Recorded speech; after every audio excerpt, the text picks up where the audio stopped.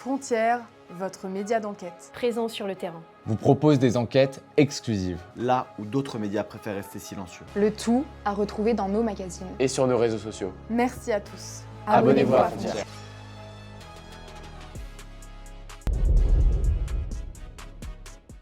Bonjour à tous, bienvenue pour cette nouvelle semaine de 100% Frontières. Bonjour Eric. Bonjour Gauthier, bonjour à tous. Beaucoup de choses au programme dans un instant, juste après le journal de Somaya Labidi. Bonjour Somaya. Bonjour Gauthier, bonjour à tous. Automobilistes, gare à vous, dès le 1er mai, l'utilisation du téléphone au volant sera sanctionnée par une suspension de permis. 4 départements au total sont concernés par cette mesure. Il s'agit du Pas-de-Calais, du Lot-et-Garonne, des Landes, mais aussi de la Charente-Maritime. Je vous rappelle qu'en 2025, l'usage du portable était impliqué dans 15% des accidents mortels, soit 7 morts sur 45.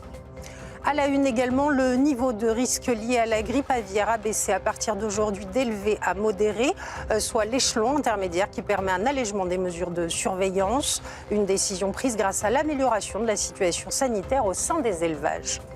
Et puis on termine par ces images rares au printemps. Pagaille à Moscou prise dans une tempête de neige en plein mois d'avril. Vol annulé, arbres déracinés, voitures sur plusieurs centimètres de neige.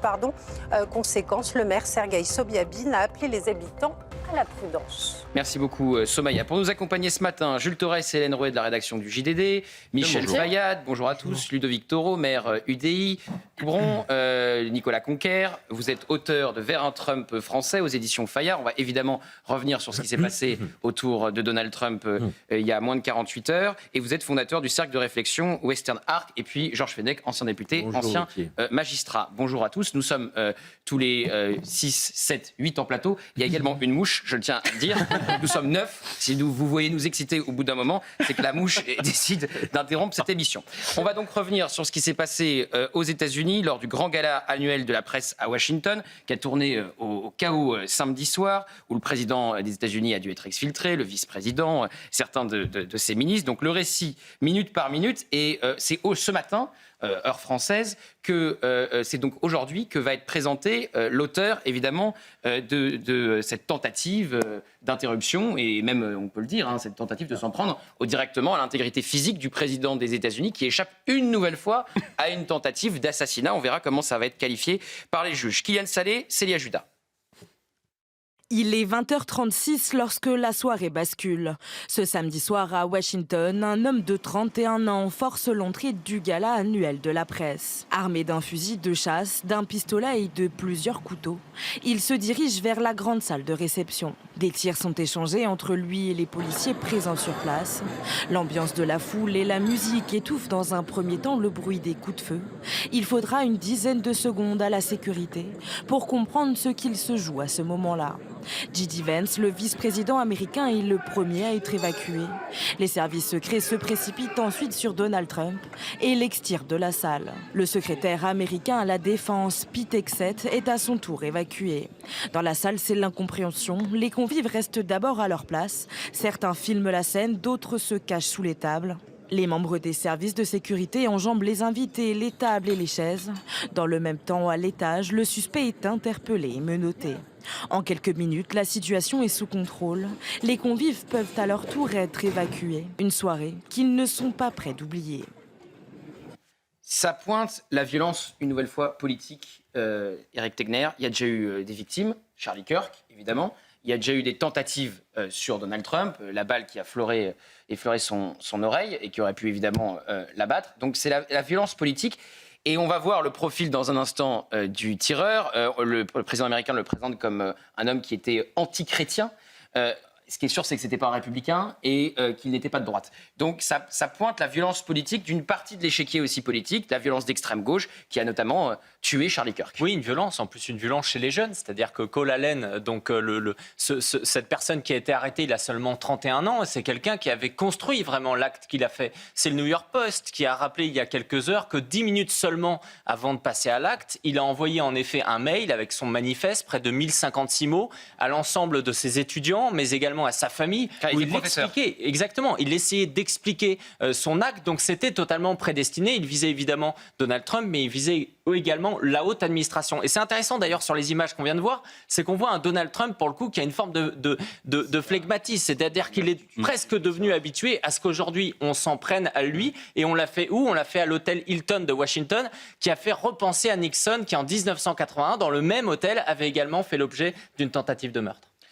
Nicolas Conquer, ça dit quelque chose de la violence d'extrême gauche, de la violence politique qui est exacerbée aux États-Unis, qui est présente aussi en France, qui a tué Quentin Derenc, on s'en souvient, mais avec les armes à feu, avec la société américaine, les tentatives d'assassinat répétées contre le président des États-Unis, tout ça est démultiplié évidemment de l'autre côté de l'Atlantique. Oui, ce que ça nous dit, c'est qu'on cherche à identifier des failles dans la sécurité ou un éventuel problème d'armes à feu. Le véritable problème, il pose sur la violence d'extrême gauche qui est normalisée par une rhétorique qui vise à déshumaniser ses adversaires.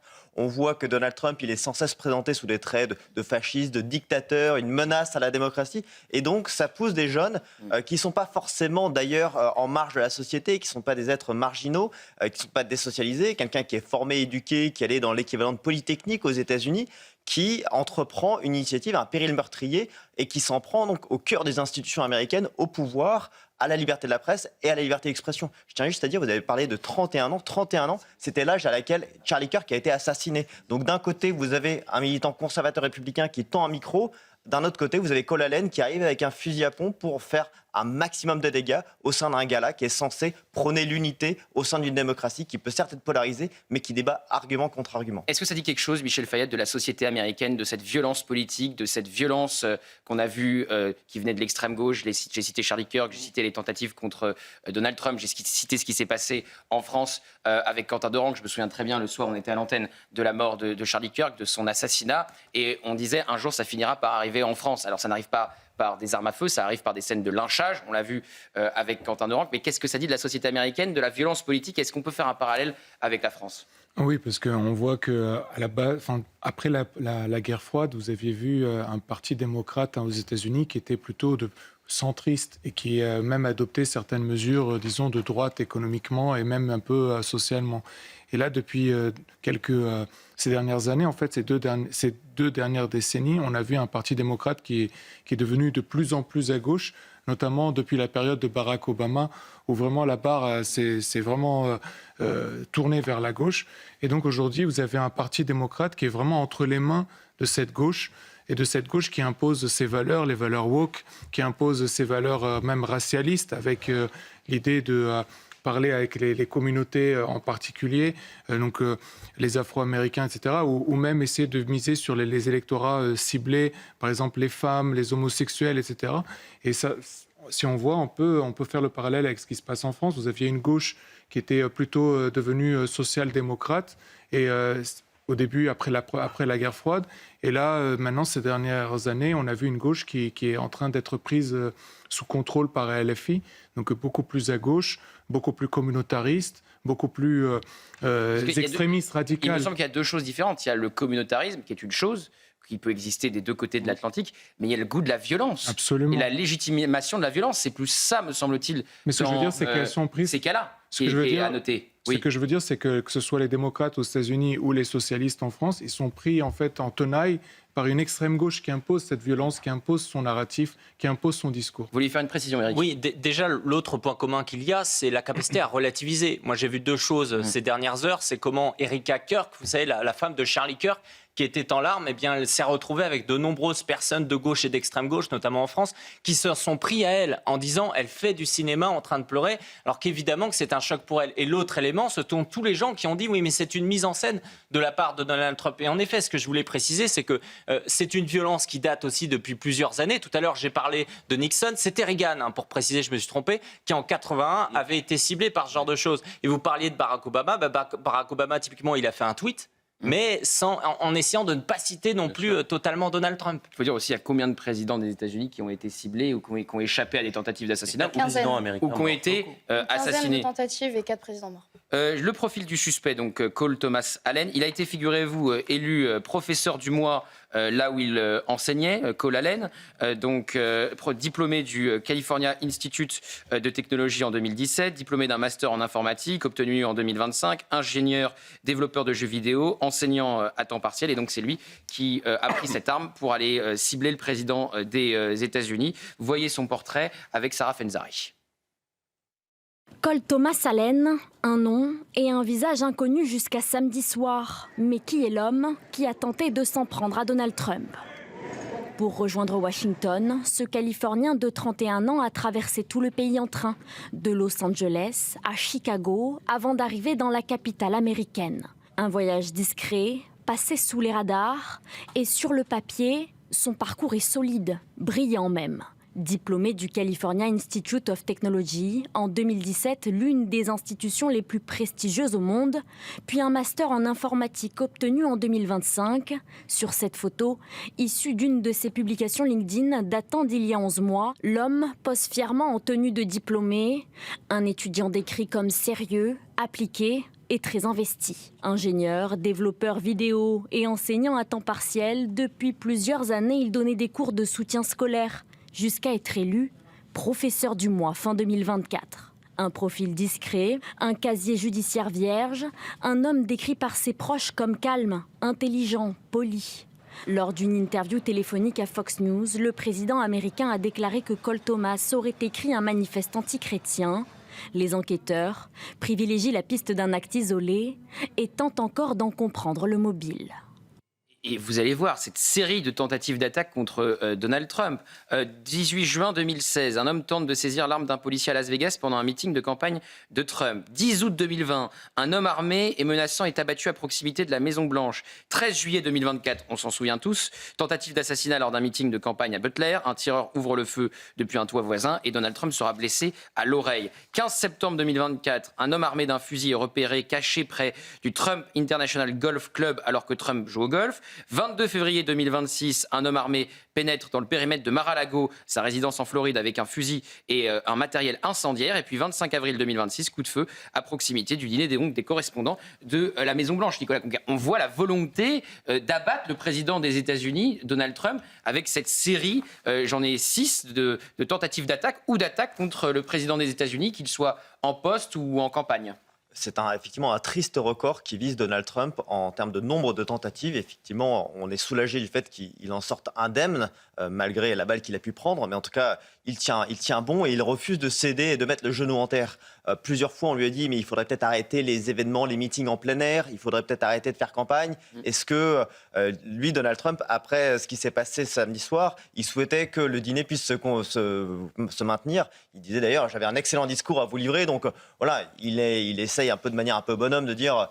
Et il dit on va le refixer tout de suite. On va le refixer, ça a des enjeux de sécurité. Et je tiens juste à dire que ces enjeux de sécurité et des risques qui pèsent sur sa personne, il en a pleinement conscience. D'ailleurs, j'invite tout le monde à regarder le documentaire qui a été fait sur Melania Trump, sur laquelle elle dit, lors de l'investiture, il y avait aussi des questions de savoir s'il fallait faire en extérieur ou bien est-ce qu'il fallait que ça se tienne dans un stade comme ça a eu lieu pour des questions de sécurité. On voit bien d'ailleurs, Melania Trump, elle a conscience de ça, elle a déjà vu son mari prendre une balle, mais elle apparaît particulièrement choquée au moment des détonations. Et donc cet enjeu, il est évidemment, c'est pas un trompe-la-mort pour autant, mais en tout cas c'est quelqu'un qui va refuser, c'est un battleur, quelqu'un qui va refuser de céder face à ces pressions parce que c'est ce que ses adversaires attendent. Et donc le pire affront qu'on peut faire à un tireur présumé ou un tueur en puissance comme ce meurtrier en puissance, eh bien c'est de défier ça et de continuer à faire campagne et de mépriser ceux qui veulent s'en prendre à la démocratie de cette manière. Et je notais ce que disait Eric, c'est vrai que Melania Trump, on voit qu'elle a peur, comment ne pas avoir peur, qui d'autre n'aurait pas peur à ce moment-là, mais Trump, il est tellement habitué effectivement qu'il reste relativement calme, qu'il est évacué d'ailleurs après J.D. Vance, et on le sent, oui, comme statique face à ce mouvement de foule qui commençait à prendre part dans le dîner. Mais d'une certaine manière, vous avez raison, et c'est ce qui a rassuré aussi les foules lors de la tentative d'assassinat à Butler en Pennsylvanie, lorsqu'il prend cette balle. C'est d'une certaine manière, c'est de rassurer la population. Ce qui peut être pire au-delà de la tuerie et de la fusillade, c'est le mouvement de foule, c'est la précipitation, c'est le chaos qui s'ensuit. Et en général, c'est là où interviennent de nombreuses victimes. Jules Torres, qu'est-ce que ça dit de la société américaine? Est-ce qu'on peut faire un parallèle sur la violence politique avec la France? Ah oui, bien sûr, parce que la violence politique aujourd'hui, elle est absolument partout. Et c'est vrai qu'on a l'habitude l'habitude maintenant de commenter des actes soit de tentatives d'assassinat, de tentatives d'homicide contre Donald Trump. C'est quasiment devenu un marronnier. Et à chaque fois, moi je constate deux choses qui reviennent à chaque fois. D'abord, c'est que la personne, on vous la présente comme en effet le professeur du mois. Hier dans les médias, c'était le professeur du mois. C'est comment un professeur aussi émérite que celui-ci peut devenir. Et puis on apprend qu'il avait ensuite des motifs, que visiblement il n'était pas républicain mais qu'il était plutôt du côté démocrate, qu'il avait des propos plutôt anti-chrétiens, et là il devient fou. Là il devient complètement irrationnel. C'est-à-dire que on vous fait passer quelqu'un pour finalement très crédible, très sympathique, et ensuite il est fou, donc évidemment on ne peut pas juger les fous. Et la même chose sur Donald Trump. Et donc ça n'a pas de conséquences politiques. Et donc ça n'a pas de conséquences. Et il n'y a pas de responsabilité politique. Et donc ça n'a pas de conséquences politiques. Vous avez tout à fait raison. Et la deuxième chose, c'est sur Donald Trump. C'est en effet la personne qui lui est présentée comme quelqu'un d'irrationnel, de complètement fou, et qui dans ce genre de moment, à chaque fois, que ce soit à Butler en Pennsylvanie ou que ce soit hier, il fait preuve d'une rationalité absolument incroyable. C'est-à-dire qu'il se relève en 2024 et il crie fight, fight, fight, qui avait une image, avec une vidéo qui avait du sang sur le visage, qui avait, c'était incroyable. Et hier, il fait un point presse seulement 30 minutes après, alors que moi j'ai lu dans le New York Times notamment qu'il voulait le faire directement, mais que c'est ses équipes qui lui ont interdit pour reprendre un petit peu de l'air et de l'oxygène. Mais c'est-à-dire qu'il fait preuve dans ce genre de moment d'une rationalité sans précédent et sans commune mesure. Écoutez-le justement, il parle du profil du tireur. J'ai lu son manifeste. Il s'est radicalisé. C'était un chrétien, un croyant. Puis il est devenu anti-chrétien. Il a beaucoup changé. Il a traversé beaucoup d'épreuves. D'après ce qu'il a écrit, son frère s'est plaint de lui. Et je crois qu'il a dénoncé à la police. Et sa sœur s'est également plainte de lui. Sa famille était très inquiète. C'était probablement quelqu'un de très malade. Éric. Moi, ce qui me marque, c'est que peu importe ce qu'on pense de Donald Trump, l'entourage également de Donald Trump vit dans la peur, en tout cas la possibilité qu'un jour il se retrouve ciblé. Moi, ce qui m'avait marqué, c'est qu'après la tentative d'assassinat contre Trump à Butler, moi j'étais à la convention de Milwaukee, donc je montais dans l'avion. À ce moment-là, on apprend qu'effectivement, il y a une tentative d'assassinat contre Trump. Donc j'étais dans le meeting où on l'a vu pour la première fois. Et il y avait une dimension presque messianique de ses fans qui se disaient, il a survécu à cela. Et je me souviens à ce moment-là avoir interviewé Charlie Kirk qui en parlait lui-même et qui avait fait des t-shirts. On voyait Trump avec le bras levé, fight, fight, fight. Alors forcément, quand Charlie Kirk a été lui-même assassiné, moi je me suis vraiment dit, ce sont des gens qui mènent un combat politique où c'est pas simplement est-ce qu'on va être élu ou pas élu, c'est la possibilité en permanence de pouvoir être ciblé par des gens de gauche et d'extrême gauche au péril de sa vie. Et là-dessus, ça nous bouleverse effectivement dans une dimension. On espère évidemment ne pas vivre la même chose en France. On va évidemment en reparler à midi, mais il y a un enjeu majeur aujourd'hui à l'Assemblée nationale et je vous attends là-dessus, Georges Fenech. Vous avez présidé des commissions d'enquête, vous en avez fait partie, vous êtes ancien député, ancien magistrat. Et aujourd'hui, à l'Assemblée nationale, se joue l'avenir d'un rapport, le rapport de Charles Aloncle sur l'audiovisuel public, après des mois d'auditions, évidemment des auditions qu'on a relayées sur CNews, notamment aussi dans un long format le soir. Et c'est très serré. Ce matin, Gabriel Attal a annoncé que les députés Renaissance, qui faisaient partie de cette commission d'enquête, allaient s'abstenir pour ne pas bloquer la diffusion du rapport, mais donc ils ne vont pas voter pour. Alors que ça pourrait le bloquer. Et exactement. Donc ça va se jouer à quelques voix. On va faire le point avec Jules Torres dans un instant. Qu'est-ce que ça dit de notre démocratie si le rapport de Charles Aloncle n'est pas adopté tout à l'heure et est donc censuré ? On en parle tout de suite. Donc. On en parle tout de suite. C'est la question que je vous pose. Gauthier, dans l'histoire récente de la Ve République, ça s'est produit une seule fois. Vous savez, en 2011, c'était une commission d'enquête relative au financement des syndicats professionnels. C'était trop sensible pour être publié et ça avait été pris vraiment comme un scandale démocratique. Aujourd'hui, on se retrouve apparemment devant cette éventualité. Et je tiens quand même à peut-être un peu plus préciser les choses, parce que, un peu par abus de langage, on dit cet après-midi, à 14h, les députés vont se prononcer pour voter sur la publication ou non du rapport. Ce n'est pas tout à fait ça en réalité.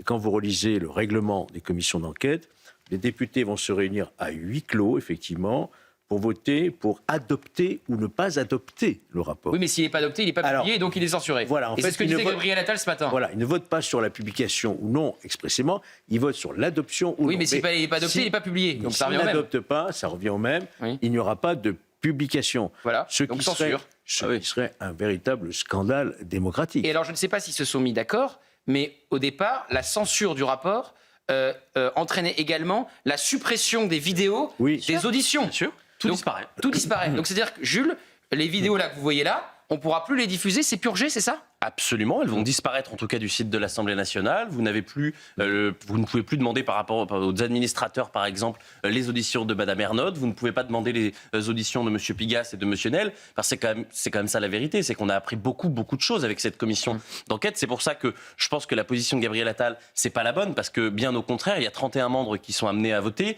Et en gros, pour vous faire l'affaire simple, il y a 10 députés de droite, il y a 10 députés de gauche, il y a 10 députés du centre, et il y a un Lyotte, et dont on ne sait pas ce qu'il pourrait voter. Donc l'abstention, ça donne quasiment une égalité parfaite entre la gauche et la droite. C'est un peu Ponce Pilate. Et donc là, c'est un peu Ponce Pilate. Je m'en lave les mains. Vous avez tout à fait raison. C'est je m'abstiens pour ne pas prendre de risques. Alors la question, c'est est-ce que tous les députés, parce que je vous dis du bloc central, mais par exemple dans le bloc central, il y a le MoDem et il y a notamment Monsieur Erwan Balanant. Monsieur Erwan Balanant, il a fait quelque chose qui est absolument interdit ces derniers jours, comme une députée du Parti socialiste, c'est qu'il a accordé un entretien à Baxit, où il a donné ce qu'il avait vu dans ce rapport. C'est interdit par l'ordonnance de 58. C'est une infraction et vous risquez 1 an d'emprisonnement et 15 000 € d'amende.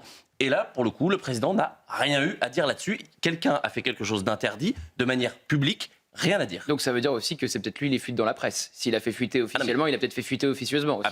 Vous avez complètement raison. Et puis, Jules, selon vos informations, ça va se jouer à une voix. Ah oui, ça se joue. Une voix. Oui, une ou deux voix. Ça va dépendre du courage, encore une fois, d'un certain nombre de députés du bloc central. Parce qu'a priori, tous les députés de gauche, ils sont entre 10 et 11 selon les calculs que l'on fait, voteront contre. Tous les députés de droite, et notamment une non-inscrite Véronique Besse, députée de Vendée, votera évidemment pour. Donc la question, c'est le député Lyotte, que fera-t-il? Et que feront les députés du bloc central, du socle commun, comme on les appelle? Alors comment va se passer le vote? Voyez le détail avec Marine Sabourin.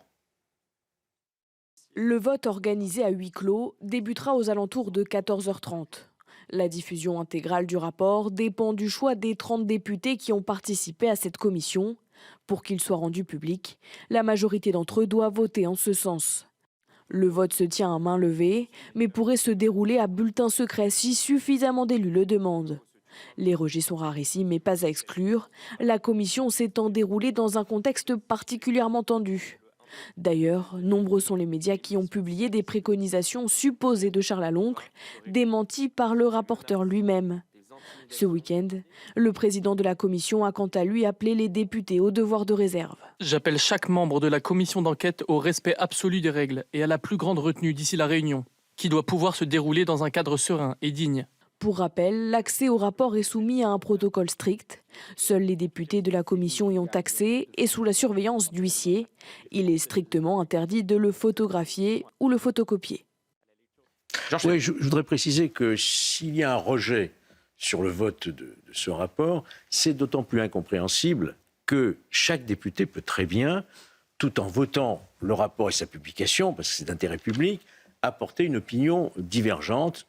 Le texte dit... Ce que Charles Aloncle a proposé. Exactement, une opinion dissidente. Vous pouvez, tel député, dire « moi, je vote pour le rendre public, par intérêt public, mais je contribue par mon opinion dissidente. » C'est ce que je vous disais. C'est ce que nous avions fait. J'en ai discuté ce matin pour nous rappeler, avec André Valigny, je l'ai appelé. Il m'a rappelé qu'effectivement, il présidait la commission d'Outreau, j'étais un des membres. Je n'étais pas d'accord avec les conclusions finales, enfin pas toutes en tout cas, et j'avais versé dans le rapport une opinion dissidente, qui était la mienne, avec 5 autres députés. Donc ne pas adopter le rapport, c'est la censure. C'est parce qu'on a peur. Mais maintenant, j'ajoute une dernière chose. Oui. Ce rapport dont je parlais de 2011, il a fini par être publié par la CFDT. On a su ce qu'il contenait. De toute manière, qu'il soit effectivement publié ou pas officiellement, on en connaîtra toutes les mesures. Pour que ça soit bien concret, qu'est-ce qu'il y a dans ce rapport et pourquoi ça fait trembler une partie... Il y a des fausses infos dans toute la presse. Bien sûr, de la classe politique et médiatique. On a diffusé un long format il y a 2 semaines sur CNews à 21h qui a rencontré un succès énorme, qui a fait 600 000 téléspectateurs. Donc c'était bien la preuve qu'il y avait une appétence pour ces révélations. Pourquoi ? C'est de l'argent public. C'est de l'argent public. Et quoi qu'il arrive, que le rapport soit voté ou non, le travail de Charles Aloncle ne sera pas mis à la poubelle ou à la broyeuse, parce que ça a changé sur le Festival de Cannes. Ils vont être beaucoup plus économes. Ils n'ont pas renouvelé Interville, qui coûte énormément d'argent, produit par Nagui, et qui a fait un four d'audience. Les notes de taxi aussi, Delphine Arnault a serré la vis. Donc il y a déjà eu des effets de cette commission d'enquête, du rapport de Charles Aloncle avant même qu'il soit publié, ou de celui de la Cour des comptes qui n'avait pas été censuré. Donc je vous propose de revoir un extrait de ce long format pour bien vous rendre compte qu'est-ce qu'était cette commission d'enquête et pourquoi ça a fait trembler le service public et une partie de la classe politique. Des soupçons de copinage ont également été évoqués. Certains hauts cadres entretiendraient des relations privilégiées avec des prestataires qui percevraient chaque année à minima plusieurs centaines de milliers d'euros de la part de France Télévisions. Vous, par exemple, à la tête des programmes et de la fiction, vous n'avez jamais passé de vacances, par exemple, chez un dirigeant d'une société de production? J'ai effectivement passé des vacances chez un dirigeant de société de production. Vous faites bien de m'en parler. On a par exemple appris que la directrice de la fiction de France Télévisions, Anne Holmes, qui est à la tête de l'un des plus gros budgets de France Télévisions, passe ses vacances régulièrement avec un producteur à qui France Télévisions attribue des contrats de production importants. J'entretiens effectivement une relation de longue date et très amicale avec un dirigeant de groupe. Elle a été déclarée comme il se doit dans ma déclaration de lien d'intérêt. Quand je lui ai posé la question de quels sont les mécanismes qui peuvent prévenir ce conflit d'intérêts et est-ce que vous vous déportez de cette décision, elle m'explique que oui, elle se déporte, mais que ce sont ces N-1 qui instruisent le dossier. Je n'ai pas le droit de regarder ces projets. Ils sont instruits par mon N-1, c'est-à-dire mon en dessous. C'est-à-dire que je ne suis pas informée de ses propositions et de ce qu'il fait. Et dans un instant, on vous montrera aussi les salaires mirobolants. Ça a fait trembler le service public, Éric Tegner. Et on va voir donc à 14h30 s'il y a censure ou pas. Oui, parce qu'il y a un avant et un après. Mais là, ce que les Français vont être dégoûtés, je pense, si jamais ce rapport est enterré, parce que c'est véritablement la République des copains. C'est-à-dire que, dans le fond, ils sont bien au courant que les Français le savent, mais ils ne veulent surtout pas que ça soit entériné par le tampon de l'Assemblée nationale. Et ça montre à quel point, en fait, il y a quand même un sceau du soupçon qui un peu pèse. Normalement, un député de l'Assemblée nationale, il est censé représenter ses électeurs. Et vous l'avez dit, il y avait des succès d'audience. Tous les Français ont suivi, une grande partie des Français ont suivi ces différentes auditions qui ont été menées. Donc c'est vraiment l'impression qu'en fait, ils arrivent à s'accorder, que ce soit les gens du centre pour s'abstenir ou les gens de gauche, lorsque finalement on veut toucher à leurs intérêts. Alors que quand même, visiblement, une des propositions, ça serait de faire des économies. Il y a quand même une bonne chose de faire des économies en ce moment. On recherche de l'argent. Mais moi, je pense qu'en effet, si jamais ils ne votent pas ce rapport, ça sera une catastrophe. Au-delà de l'argent, c'est quand même la question du pluralisme aussi. Oui, bien sûr. N'oubliez pas. Mais il y a plusieurs sujets. Ils sont pas pluralistes. Non, mais pour moi, c'est encore plus important, voyez-vous, parce qu'on est en démocratie. L'argent public, les suites à L'argent Cannes, public, c'est inacceptable. les notes de taxi, les émissions qui coûtent une blinde et qui ne marchent pas. Vous avez raison, c'est inacceptable. Ludovic Toro. Moi, j'ai un message à passer à ces 30 députés qui ont été élus par le peuple. Alors, c'est à huis clos. D'accord. J'aurais bien aimé que ce ne soit pas à huis clos, pour qu'ils puissent justifier qu'on ne publie pas ce rapport. Je vous le dis comme je le pense, on a tous vu les extraits.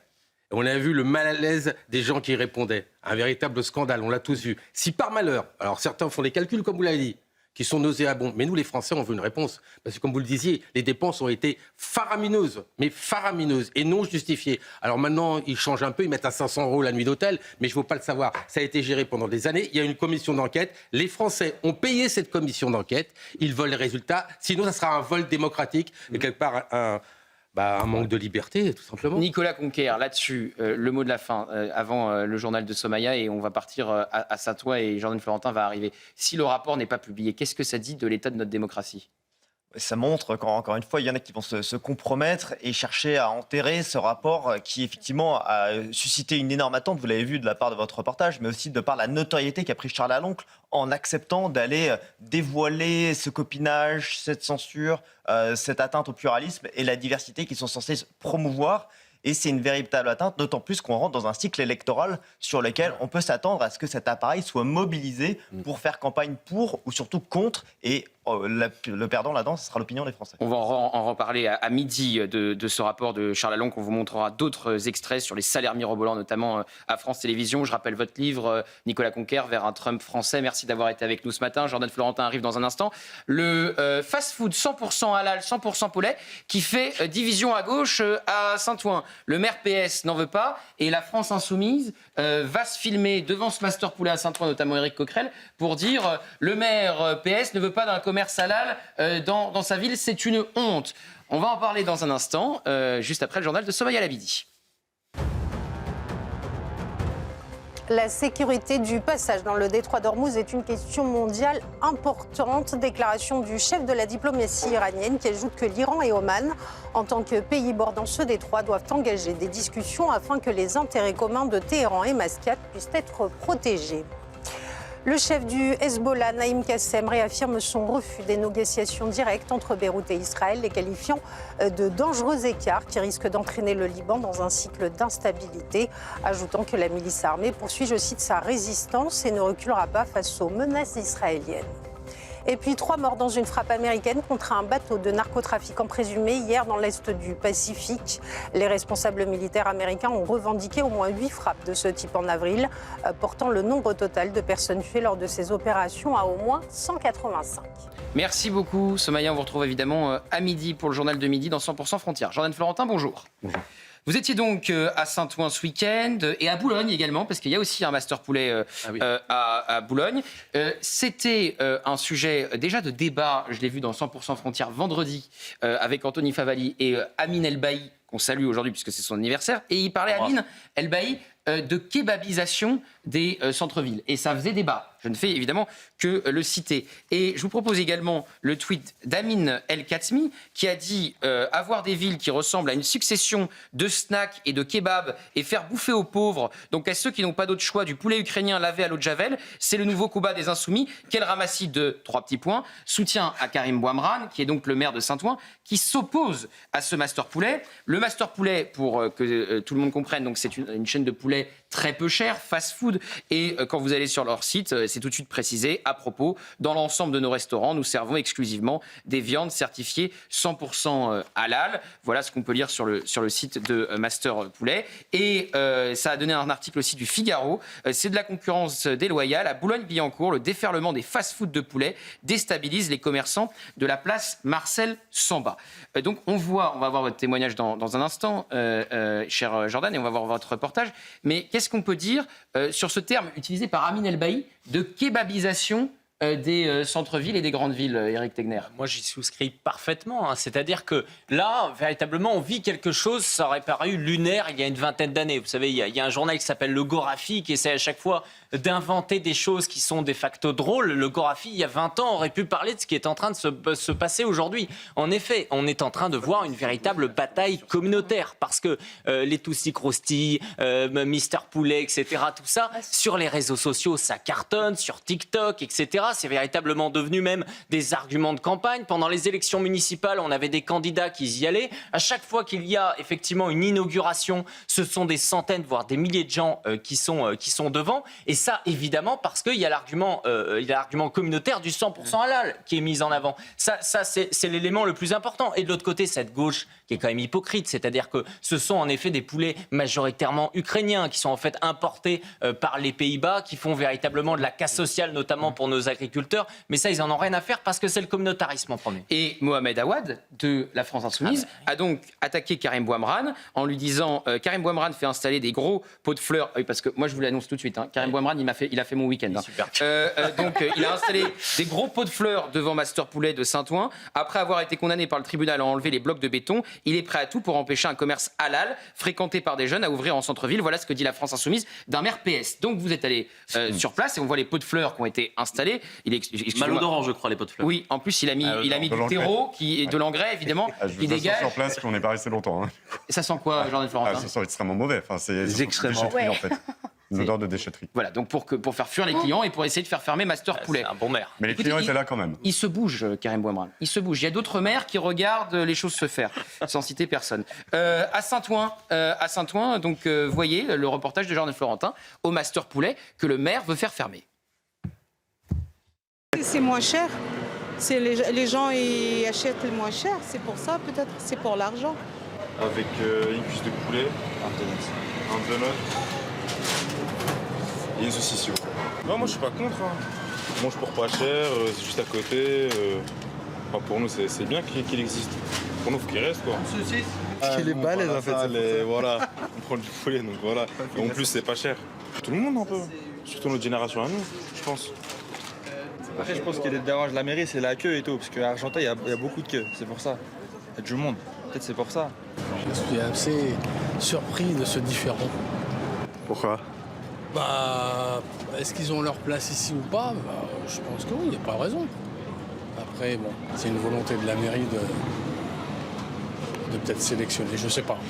Qu'est-ce qui vous a frappé sur place, Jordan Florentin? Bon, d'abord, il y a cette odeur, on en a parlé. Il y a cette foule de clients, effectivement. Parce que Karim Ouamran, lui, dénonce l'odeur de Effectivement, voilà, et vous allez voir dans les images de Boulogne, c'est ce qui est dénoncé aussi par les commerçants autour d'un autre master poulet. Il y a cette foule interminable de personnes, entre midi et 14h. Je vous assure, vous avez des centaines de clients qui viennent au master poulet. Ils nous disent aussi qu'il y a ce succès qui vient d'un élément, celui du fait que ce n'est pas cher. Un menu complet dans un master poulet, c'est environ 7 €. C'est vraiment un coût qui n'est pas très important. Et pour ces jeunes qui viennent, ils nous disent c'est pas cher, c'est pratique, on aime ça et c'est bien pour le sport en plus. Mais ce qui est mis en valeur par la mairie dans les arguments pour faire fermer ce master poulet, c'est une question d'insalubrité et de manque d'hygiène publique. Oui, c'est ce qu'ils disent les jeunes qui viennent consommer. Parce que les nutritionnistes, ils vous disent pas du tout que c'est bien pour le sport. Effectivement, et c'est là tout le sujet sur la question de l'origine du poulet. Et lorsqu'on leur pose la question, vous allez voir dans les images à Boulogne-Billancourt, j'ai posé la question, ils me disent ce poulet, il vient de Pologne. Et c'est ce qu'avaient deviné des clients qui nous disaient, nous on est contre, parce qu'on imagine qu'il n'y a pas les mêmes contrôles qu'en France, et surtout, c'est déloyal pour nos agriculteurs en fait. Alors ça, il y a plein de choses, Hélène Rouet, dans cette histoire, mais Amine El Bailly, donc qui parlait de kebabisation, vendredi dans 100% Frontières, disait que c'est des points de fixation aussi. C'est vrai qu'il y a des files d'attente interminables devant les master poulets, et donc les autres commerçants se plaignent en disant les gens viennent pas dans mon commerce parce que moi je sers en fait à accueillir la file d'attente du master poulet. C'est des points de fixation aussi, donc des gens qui viennent acheter du master poulet, qui vivent pas forcément sur place, mais qui se déplacent pour aller au master poulet, pour trouver cette viande 100% halal. Ça attire une certaine clientèle. On a parlé des prix très bas, une certaine clientèle qui est davantage populaire, avec des jeunes de quartier qui effectivement s'organisent sur les réseaux sociaux pour venir précisément dans ces restaurants. Il faut savoir que les ouvertures, elles sont très compliquées. Le 1er avril dernier, à Rennes, alors en l'occurrence, ça c'est pas un master poulet, c'était un testi crousti, mais pendant l'ouverture, ça a donné lieu à un mouvement de foule. Donc pareil, ils ont arrêté, on se rappelle aussi de ces images à Châtelet, précisément avec un restaurant similaire. Et il y a alors, vraiment dans la région Île-de-France, il y a énormément de problèmes, et ce sur tous les points. À Châtillon, avec des horaires de vente qui sont trop étendus. À Asnières, avec des travaux qui ont été réalisés sans autorisation. Boulogne, vous l'avez mentionné, avec justement les restaurateurs autour qui se plaignent de ce qui se passe. Paris 12e, les habitants évidemment qui se plaignent. Et Boulogne, vous n'avez pas qu'un master poulet. Vous avez tout ce qui se fait sur le poulet. Bien sûr. À Paris 12e, de la plainte avec des odeurs de friture. Et le 9 avril, à Melun, il y a un testi crousti qui a même fermé après un contrôle parce qu'il avait plusieurs irrégularités, dont des irrégularités sur les températures de stockage non conformes. Donc il y a véritablement des enjeux qui sont de tous bords, que ce soit pour les riverains, les habitants ou même vraiment, précisément, la santé des clients. Je veux dire, il y a un vrai sujet avec ce qui est là-dedans, au-delà du fait qu'évidemment, c'est mauvais pour la santé, que les sauces sont très caloriques et j'en passe. Alors, voyez donc justement le tweet de Karim Ouamran, le maire de Saint-Ouen, qui est contre ce master poulet et qui disait ce que vous disiez, d'un point de vue nutritionnel, etc. Oui. À Saint-Ouen, nous refusons qu'un établissement dégrade les conditions de vie des riverains, livraison tardive, parfois jusqu'à 2h du matin, nuisances sonores répétées, odeur pour les habitants qui vivent au-dessus. La responsabilité du maire est de protéger la qualité de vie des habitants. Mais il a parfaitement raison. Enfin, nous défendons une exigence simple, proposer du bon, du beau, accessible à toutes et tous. Je veux que toutes et tous puissent accéder à une alimentation de qualité dès le plus jeune âge. Qu'est-ce qu'il fait, Karim Ouamran ? Il veut boboiser Saint-Ouen.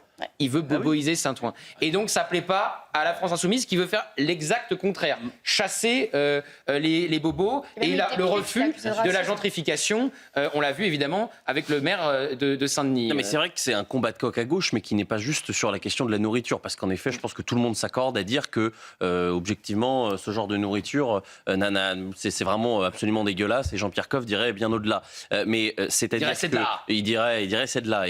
Et Maïté, en regardant notre émission, doit se retourner dans sa tombe. Mais c'est en effet extrêmement politique parce que vous avez raison. C'est finalement l'ancienne gauche contre la nouvelle gauche. C'est l'ancienne France contre la nouvelle France. Et la nouvelle France, oui, elle prend du tasti crousti, du master poulet.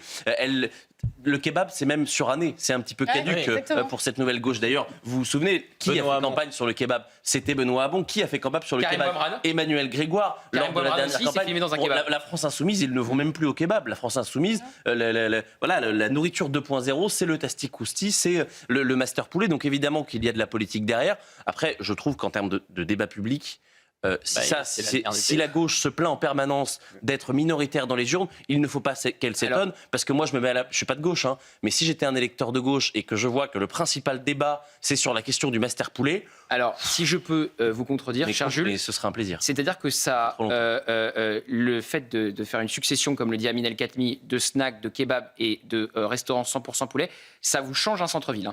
Ça vous change un centre-ville. Donc pour moi, c'est pas un petit sujet. J'ai un ami qui vit dans une rue rue où il y a beaucoup de kebabs, beaucoup de master poulet, beaucoup de testi-crousti, ça devient de plus en plus compliqué parce qu'en plus, ça se fait au détriment de quoi? Eh bien, d'anciens restaurateurs, par exemple des restaurateurs italiens, des vieilles brasseries françaises qui disparaissent et qui ensuite sont remplacés par ce genre d'enseignes. Mais il faut pas se plaindre, hein, pardonnez-moi. Moi, je me souviens de l'époque où je parlais de ma petite crêperie bretonne qui avait été remplacée par un kebab. Les gens, finalement, allaient se moquer en train de dire c'est encore de la démagogie.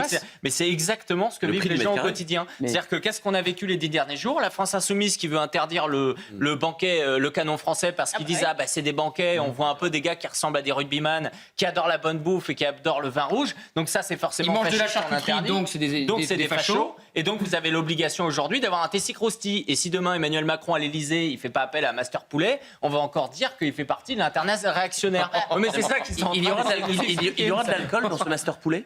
Ah bah je crois pas, non, 100% halal, je crois pas. Non, je crois pas. Karim Boimard, Ça, c'est une bonne question à poser, j'ai pas la réponse, mais dans les fast-foods qui sont devenus 100% halal, à chaque fois, on enlève l'alcool. Voyez donc le maire de Saint-Ouen qui s'exprimait sur ce master poulet.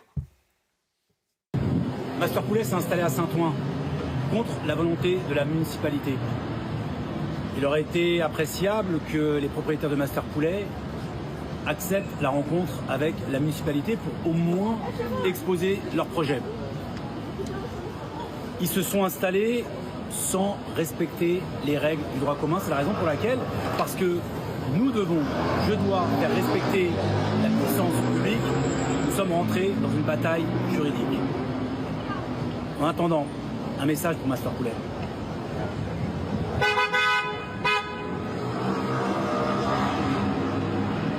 Bien joué. Bien joué. Rendez-vous au prochain épisode. Et le prochain épisode, c'est donc, puisqu'ils ont dit n'en déplaise à Karim, le prochain épisode, c'est d'avoir mis des pots de fleurs qui sentent extrêmement mauvais devant le master poulet. Ludovic Toro, vous qui êtes maire UDI, qu'est-ce que vous feriez si un master poulet ouvre chez vous? D'abord, je reçois tous les gens avant, parce que je le sais, quand ils vont acheter quelque chose, on le sait en mairie. Donc je reçois, moi, chaque restaurateur qui s'installe sur ma ville, je le reçois. Vous savez, on peut mettre aussi des limitations d'horaire. Hein. On a le droit de ne pas arrêter. C'était le problème à Châtillon. Elles le mettent à 10h, 11h, et là, ça calme tout le monde. D'accord, première chose. Je tiens à préciser qu'on va parler de Boulogne, il y a un arrêté pour limiter les horaires du master poulet à Boulogne. Mais voilà. C'est pas 24 heures sur 24. La problématique, là, c'est que c'est quelque chose de national. Il y a 36 master poulet, d'accord? Donc s'il faut remettre en place celui-là, il faut la remettre en place les autres. Mais Karim Boualra, il rentre dans une bagarre, en fait, anti-LFI, c'est clair. Parce que même Coquerel, il est venu devant le master poulet. La question qui se pose, c'est comment on répond à ça? Avant, il y avait plein de kebabs dans les rues, c'est vrai. C'est un remplacement maintenant avec du poulet partout. Il y a du poulet partout. Et le rôle d'un maire, en fait, et là-dessus je le rejoins un peu, c'est diversifier l'offre dans une ville. Mais dans une ville qui est très pauvre, où les gens ne peuvent pas acheter en fait du 20 ou du 30 euros par repas, ils vont acheter du 7 euros par repas, tout simplement. Donc, vous savez que vous avez été fact-checké pendant que vous parlez par Eric Tegner, qui a regardé s'il y avait un master poulet à Coubron. Il n'y a pas de master poulet. Il n'y a pas de master poulet à Coubron. Vous ne me croyez pas non plus. Il n'y a pas de master poulet à Coubron. Néanmoins, dans les villes avoisinantes, il y en a. Et le maire a un rôle, quand il est au courant qu'on prend un négoce, on reçoit le restaurateur, comme j'ai fait, je peux recevoir 6 fois pour qu'il m'explique ce qui va se passer et à quelle heure on ferme. Et s'il ne respecte pas, je fais fermer.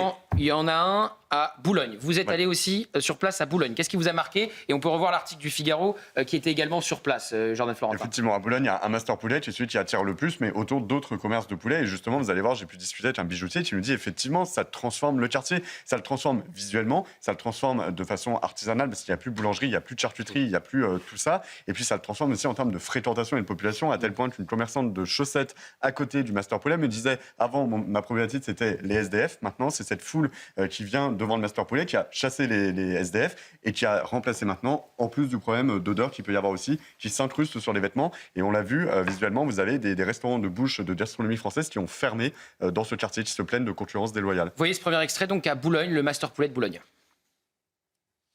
Bon, qu'est-ce que vous aimez tant chez Master Poulet, vous? Ici tout, hein. Il y a les pâtes, les donuts, le poulet.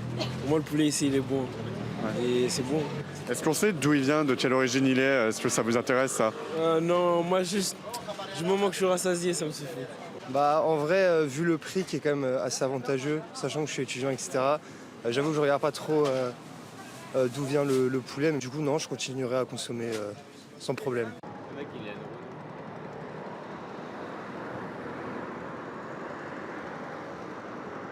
Quand on nivelle vers le bas, on a la clientèle qui va avec. Ce type d'enseigne, moi je vois qu'ils se sont installés à Marcel-Samba, entre des commerces d'alimentation, de vêtements.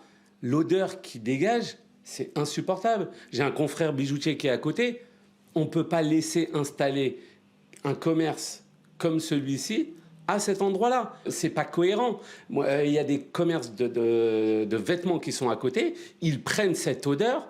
C'est pas normal. Et puis, il y a une queue monumentale. Donc, la liberté des uns enfreint la liberté des autres aussi. Donc, c'est pas normal. Moi, j'aurais pas supporté qu'un commerce de ce type-là soit à côté de mon enseigne parce qu'il y a nuisance et perte de jouissance de mon commerce. Et les véritables artisans, les pâtissiers, les boulangers ou les charcutiers, on ne les verra plus et on va perdre le faire-valoir à la française. Ça, c'est le ras-le-bol d'un commerçant que vous avez interrogé, Jordan Florentin, un commerçant de Boulogne. Effectivement, il faut quand même préciser quelque chose, parce que je pense que ça nous impute tous une responsabilité, c'est qu'en fait, faire attention chacun à ce qu'on consomme. En fait, il y a vraiment tout type de population, pour être tout à fait honnête, moi que j'ai pu rencontrer, que j'ai pu interviewer, vous l'avez vu, et des jeunes surtout qui expriment le côté pouvoir d'achat, en fait. Ça n'est pas cher, encore une fois, un menu, c'est 7 euros. Donc effectivement, on sort du bureau, c'est un quartier très dynamique, il y a plein d'entreprises, on descend en bas, on consomme ça, c'est plus rapide, Jules le disait, en 3 minutes, on est servi, tout est prêt, tout est à peine réchauffé, mais il y a la question, encore une fois, de l'origine. Moi, ils m'ont répondu Pologne, mais on peut effectivement s'interroger sur les contrôles. Il y a eu aussi des articles qui disaient que c'était du poulet ukrainien, effectivement. Ce qui est sûr, c'est que c'est du 100%. Ils viennent de Pologne, ils peuvent venir d'Ukraine. C'est du 100%, absolument. C'est du 100% halal. Oui, Ludovic. Oui, c'est ce que vous relevez là, la santé publique. Il y a là aussi, on a un problème de santé publique. Les poulets en France, on sait, ils sont fléchés, tout ça, mais ceux qui viennent, on ne sait pas par où ils passent par d'autres pays, et ils sont élevés très clairement avec des hormones, on le sait tous, d'accord ? Est-ce qu'il y a aussi, alors c'est ça, après c'est le ministère de la Santé de nous le dire, est-ce qu'il y a un risque sanitaire à consommer tous les jours du poulet qu'on ne sait pas comment il a été élevé ? C'est une question importante à poser au ministère de la Santé. Je le dis très clairement. Et il y a plusieurs éléments. C'est que d'abord, en règle sanitaire, c'est simple. C'est un multiple de 10 en Ukraine. C'est-à-dire que vous avez une surconcentration par 10 du nombre de poulaillers dans les mêmes zones. Ensuite, par rapport aux agriculteurs, il faut quand même le dire. C'est-à-dire que les grands, ceux qui gèrent les poulaillers en Ukraine, sont quelques-uns. C'est des oligarques. Ils sont extrêmement riches aujourd'hui. Et ce sont évidemment des profiteurs de guerre parce qu'ils ont pu avoir ce type d'aide et être favorisés en raison de la guerre en Ukraine. Mais ce qui est sidérant, moi, Gauthier, je vous interroge, c'est que Boulogne-Billancourt, le maire, il n'est pas de gauche. Moi, je me souviens comment Robert Ménard à Béziers, je me souviens, la première fois il a été élu, il venait avec des tractopelles et il faisait des travaux juste devant les kebabs pour faire en sorte, en effet, d'avoir moins de kebabs dans la ville. On va le faire témoigner demain dans 100% Frontières, d'ailleurs. Non, mais effectivement, c'est intéressant. Je pense que le maire de Boulogne, il a essayé de limiter tout ce qui est Uber Eats, livraison avec des scooters, et il a même mis des brouilleurs dans la ville, donc pour limiter. Et vraiment là-dessus, je pense qu'il a réussi. La question, c'est effectivement d'avoir autant de restaurants fast-food 100% poulet, 100% halal au même endroit. Je crois qu'il y en a plus d'une dizaine au même endroit autour de la place Marcel Samba. C'est ça qui pose question et qui entraîne la colère donc des commerçants et des habitants. Écoutez justement certains habitants, certains consommateurs également du Master Poulet.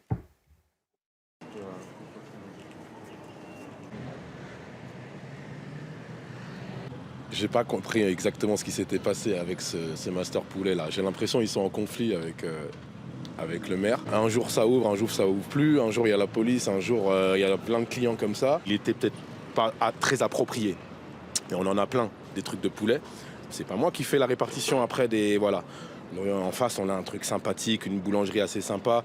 Le quartier, il se boboise et tout. Donc les gens, ils auraient aimé, je pense, un petit salon de thé, une cafétéria, un petit truc. Voilà, c'est ça qu'ils veulent un petit peu. Vous voyez bien qu'on est à Saint-Ouen et que vous ouvrez un truc comme ça et que ça marche en vérité. Parce que tout le monde veut du poulet. Tout le monde aime ça. Surtout si c'est pas très cher, quoi. Attention, après, se poser des bonnes questions. Où est-ce que le poulet, il vient ? On est piégé, en fait. Je pense que la qualité, forcément, peut-être, voilà, elle laisse à désirer. C'est lui qui l'a pas voulu. Vous m'étonnez, là. Hein. Pourtant, il est gentil, lui. Peut-être qu'il a des pressions là aussi, hein. On ne sait jamais. Hein.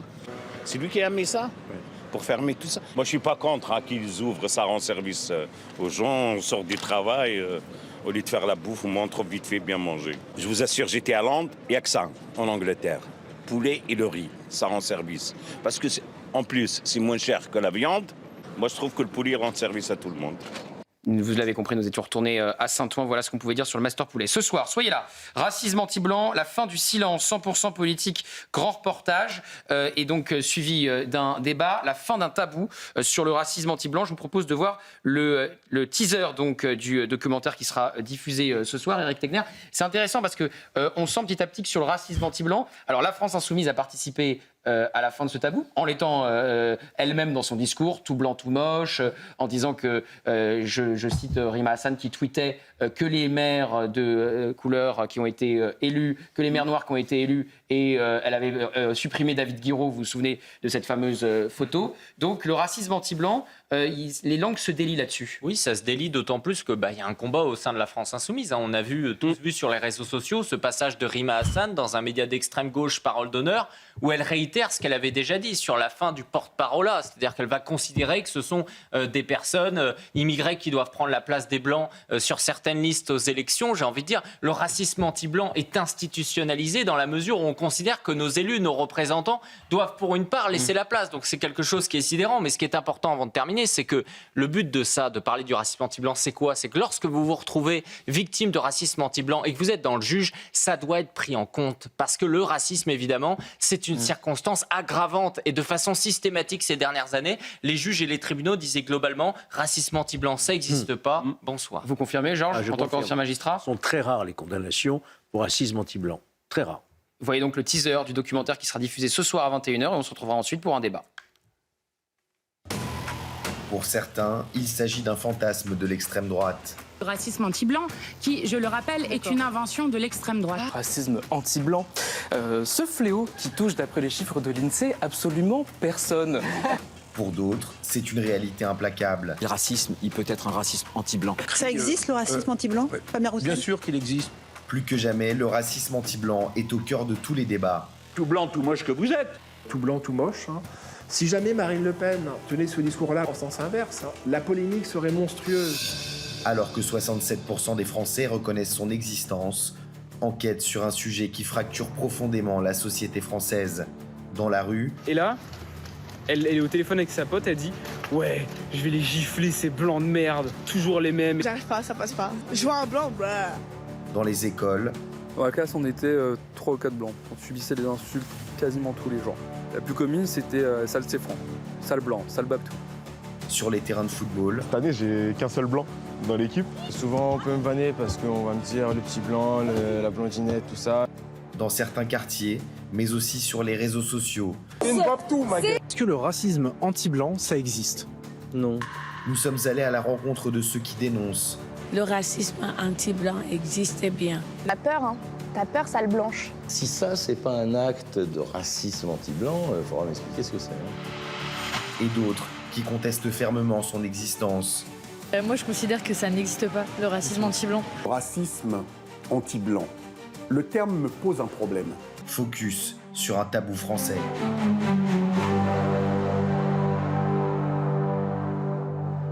Ce sera donc à suivre ce soir à 21h et on se retrouvera ensuite pour un grand débat dans 100% politique. On va se retrouver dans un instant. On va revenir sur la commission d'enquête sur l'audiovisuel public avec le rapport qui doit être voté à 14h30. On va reparler évidemment de Donald Trump et de la violence en politique. Et puis autre reportage de Jean Florentin en Espagne où 500 000 migrants ont été régularisés. A tout de suite dans 100% Frontières. Il est midi pile dans 100% Frontières. Dans un instant, on va donc parler à nouveau de la commission d'enquête sur l'audiovisuel public, alors que le rapport doit être voté à 14h30. Pourquoi ça fait tant trembler certains? Le service public et la classe politique va-t-il être censuré? Des extraits exclusifs dans un instant, juste après le journal de Somaya Labidi. À la une de l'actualité, à son arrivée à Saint-Pétersbourg, le chef de la diplomatie iranienne a accusé les États-Unis de l'échec des discussions au Pakistan. Un déplacement en Russie pour rencontrer Vladimir Poutine et s'assurer du soutien du chef du Kremlin dans la guerre entre Téhéran et Washington. Écoutez. C'est l'occasion idéale pour nous de mener des consultations avec nos amis russes au sujet des développements intervenus concernant la guerre au cours de cette période et de la situation actuelle, et d'examiner ensemble l'état des lieux. L'approche des Américains a empêché le cycle de pourparlers précédent d'atteindre ses objectifs, malgré les progrès réalisés avec leurs exigences excessives et les approches erronées qu'ils ont adoptées.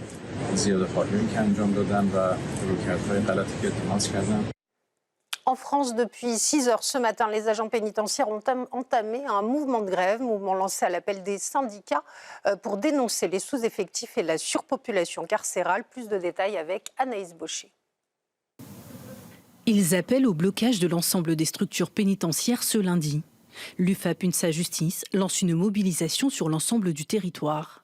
Le syndicat dénonce notamment le manque de moyens dans les prisons. C'est-à-dire qu'aujourd'hui, on a à peu près 5000 vacances d'emploi au sein de l'institution pénitentiaire, et ce, tous corps des grades confondus. On a également corrélé à tout ça, de ce fait-là, des campagnes de mobilité, peu importe le corps, qui sont complètement désuètes et qui n'en portent plus que le nom, ce qui empêche les gens de rentrer chez eux, parce que par un effet de boulier, si on n'a pas de poste assez important pour les remplacer, on ne peut pas les muter.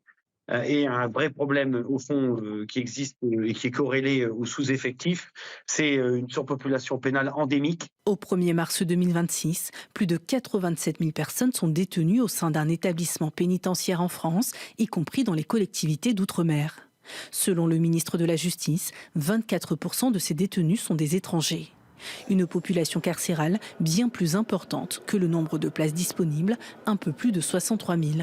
Pour cette mobilisation, l'UFAP UNSA Justice a été rejoint par 2 autres syndicats de personnel de prison, la CGT pénitentiaire et le SPS, le syndicat pénitentiaire des surveillants. Et puis, automobilistes, gare à vous. Dès le 1er mai, l'utilisation du téléphone au volant sera sanctionnée par une suspension de permis. 4 départements au total sont concernés par cette mesure. Il s'agit du Pas-de-Calais, du Lot-et-Garonne, des Landes, mais aussi de la Charente-Maritime. Je vous rappelle qu'en 2025, l'usage du portable était impliqué dans 15% des accidents mortels, soit 7 morts sur 45 au total. Merci beaucoup. Somaya, on vous retrouve à 12h30 pour un nouveau point sur l'actualité. On va donc parler de la fameuse commission d'enquête. Vote à 14h30, ça sera évidemment à suivre en direct dans Midi News avec Thomas Bonnet et puis avec Julien Pasquet dans 120 minutes info qui seront en édition spéciale pour ce faire. Donc je vous propose de revoir un extrait sur les salaires mirobolants dans le service public. Pourquoi ce rapport fait tant trembler certains ? Du côté des stars de l'antenne, le sujet des salaires reste sensible. Plusieurs d'entre elles ont refusé de communiquer leurs revenus. Pourquoi est-ce que vous ne voulez pas nous indiquer le salaire qui vous est versé au titre, d'ailleurs, du service public ? Parce que c'est mon droit, monsieur le rapporteur. La direction du groupe leur aurait d'ailleurs recommandé d'être discret sur ce point. On a appris de la bouche de Léa Salamé que consigne avait été donnée par Delphine Ernotte et par les directeurs et dirigeants de France Télévisions de ne surtout pas révéler son salaire. France Télévisions ne veut pas que des tarifs, que des chiffres soient rendus publics. Si on sait qu'Élise Lucet percevrait environ 25 000 € par mois pour ses activités, elle n'a pas souhaité confirmer ce chiffre devant les députés. J'ai du mal à comprendre pourquoi vous ne voulez pas, de façon très décomplexée, nous dire combien vous êtes payé par l'argent public. J'ai une rémunération qui correspond à mon expérience, j'ai une rémunération qui correspond à mon temps de carrière, qui est assez long, et à mon exposition à l'antenne. Vous avez ces documents, monsieur le rapporteur, monsieur le président, vous les avez à votre disposition. Un comble pour celles qui n'hésitent pas à questionner avec insistance les dirigeants sur leur rémunération dans ces émissions. Ce qui peut interroger, c'est que quand vous avez Élise Lucet et Tristan Wallex qui font des émissions comme Cache Investigation, comme Complément d'enquête, qui vont poursuivre des dirigeants d'entreprises privées jusqu'à leur domicile pour leur demander de rendre des comptes sur l'utilisation d'argent privé, qui font du privé une affaire publique, mais qui refusent de faire de l'argent public une affaire publique, qui refusent de donner et de transmettre leur salaire en toute transparence, ça interroge. Autre figure emblématique, Nagui empocherait environ 2 500 € par émission, soit près de 1,5 million d'euros par an. Vous percevez 2 500 € par émission, n'oubliez pas les paroles, ce qui est plus que le salaire médian des Français. Donc vous gagnez en 30 minutes d'émission plus que le salaire médian mensuel des Français. Ces prix-là sont des prix catalogue. Regardez les prix des autres animateurs d'autres émissions et vous verrez que c'est même prix catalogue cheap. Et ce matin, Charles Lalonde s'est à nouveau exprimé. Beaucoup de fausses informations circulent depuis hier concernant le contenu de mon rapport, dont la divulgation est strictement interdite jusqu'à sa publication. La manœuvre de certains députés et médias complaisants et grossière, diffuser des fake news pour discréditer le rapport et justifier ainsi un vote défavorable ce lundi. Si le texte est censuré, plus personne ne pourra alors vérifier ce qu'il contenait réellement, ni les révélations qu'il portait. Et il était ce matin chez nos confrères donc de RMC, comme vous le voyez. Il dit « J'ai été très choqué de voir ces fausses informations circuler. On m'a expliqué que je voulais la fin du Tour de France, des 6 nations, etc. » Je dis tout l'inverse dans mon rapport. Éric Tegner. Oui, il faut quand même souligner que Charles Lalonde a eu un grand courage depuis le début et qu'il n'a cessé d'être diffamé. pardonnez-moi, le Monde produit quasiment 2 articles par jour en ce moment contre Charles Aloncle. C'est cela en permanence. Et moi, ce qui m'a scandalisé, c'est comment, durant tout le week-end, il y a quand même eu ces fuites qui ont été organisées, ça vient globalement de la gauche, pour essayer de dire ou d'expliquer ce qu'il y aurait dans le rapport, mais sans qu'on le vérifie, ce qui évidemment est illégal. Et la presse, qui habituellement essaye de donner des conseils de déontologie, des leçons de déontologie à tout le monde, n'a eu de cesse que de le relayer. C'est cela, moi, qui m'a vraiment... Et Charles Aloncle, j'ai envie de dire, n'a aucun moyen aujourd'hui de se défendre, n'a aucun moyen, en effet, de montrer que ce qui a été mis en avant. Alors qu'encore une fois, pardonnez-moi, mais la gauche, je pense par exemple à Mediapart, etc., se sont fait les chantres depuis plusieurs années d'aller savoir si tel ou tel élu n'avait pas un petit peu tapé dans la caisse, n'avait pas un petit peu détourné de l'argent public. Et le jour où il y a une commission d'enquête qui soulève le capot de l'audiovisuel qui coûte 4 milliards d'euros par an, eh bien, ils le mettent au pilori. Pourquoi ? Parce qu'il est de droite. Alors justement, vous me faites la transition, parce que le troisième extrait que je voulais vous montrer, c'est sur les critiques que Charles Aloncle a dû subir suite donc à cette commission d'enquête.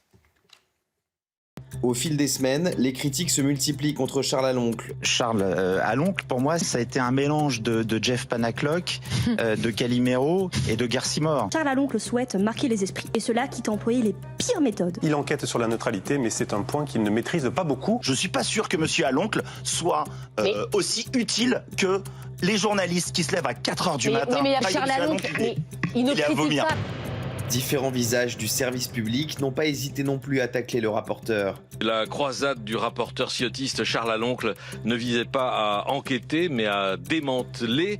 Il n'a pas instruit, il a démoli. Charles Aloncle, pas de blague sur le physique. C'est le Grinch, il lui ressemble de vous maintenant, vous allez voir que ça. Bref, mais... Ces réactions traduisent un malaise. Les révélations du député dérangent et l'enquête vient pour la première fois regarder de près un fonctionnement opaque à France Télévisions et Radio France. Quand vous demandez des comptes à des gens qui ont toujours eu pour profession de poser des questions et de jamais y répondre, forcément ça crée une forme de réticence. On sentait un certain agacement, comme si justement ça les dérangeait qu'on ouvre un peu le capot de France Télévisions, alors qu'effectivement c'était un capot qui était en quelque sorte fermé à double tour. D'autres médias plus confidentiels s'en prennent également aux rapporteurs, Le Monde, Huffington Post ou encore Les Jours. Des titres détenus par des dirigeants qui ont été auditionnés par la commission et interrogés par Charles Aloncle lui-même. Alors, ces critiques relèvent-elles du débat journalistique ou d'une riposte ? C'est de la nitroglycérine, ce rapport, Georges Fenech, sur l'argent public, sur le service public et comment il est géré. On est en train d'assister sous nos yeux, je dirais, à la fin désastreuse de cette législature. Non seulement il n'y a pas de majorité, il n'y a plus de réforme depuis cette dissolution, mais en plus les commissions d'enquête, qui est un des ressorts essentiels de la représentation nationale pour contrôler l'action du gouvernement, notamment, on voit à quel point cette commission d'enquête a été un parcours du combattant avec des attaques absolument innommables contre le rapporteur. Moi, je n'ai jamais connu. Il y a eu des tensions dans des commissions d'enquête. Moi, j'ai présidé celle sur les attentats. J'ai eu quelques tensions avec M. Cazeneuve à l'époque. Bon, mais ça faisait, on restait dans un cadre démocratique. Là, on a lâché les chiens, quoi. Et sans le soutien de la présidente de l'Assemblée nationale. Au contraire. Elle l'a poussé dans le dos. Oui, donc, ce qui a choqué François de Rugy, ancien président de l'Assemblée nationale. Mais c'est très choquant pour ceux qui ont connu cette Assemblée avant. Et il va encore falloir patienter 1 an avant d'avoir une nouvelle Assemblée. Et je rappelle un des points soulevés par Charles Aloncle, la communication fallacieuse de France Télé, qui se félicite d'avoir ses comptes à l'équilibre depuis 9 ans, alors que la Cour des comptes, dans son rapport de 2025, constate un déficit cumulé de 81 millions d'euros entre 2017 et 2024. Une trésorerie négative et des capitaux propres inférieurs à la moitié du capital social de l'entreprise, risque de dissolution selon le Code du commerce. Mettez-vous à la place des Français qui entendent cela. Madame Élise Lucet, 25 000 euros, si c'est vérifié, 25 000 euros. En 2019. En 2019 par mois. Rappelons que le salaire du président de la République, c'est 15 000 euros. Que le salaire d'un député, c'est autour de 5 000 euros. Donc Élise Lucet gagne de l'argent. Mais qu'elle gagne de l'argent, c'est pas notre souci. C'est le fait que c'est de l'argent public qui pose problème.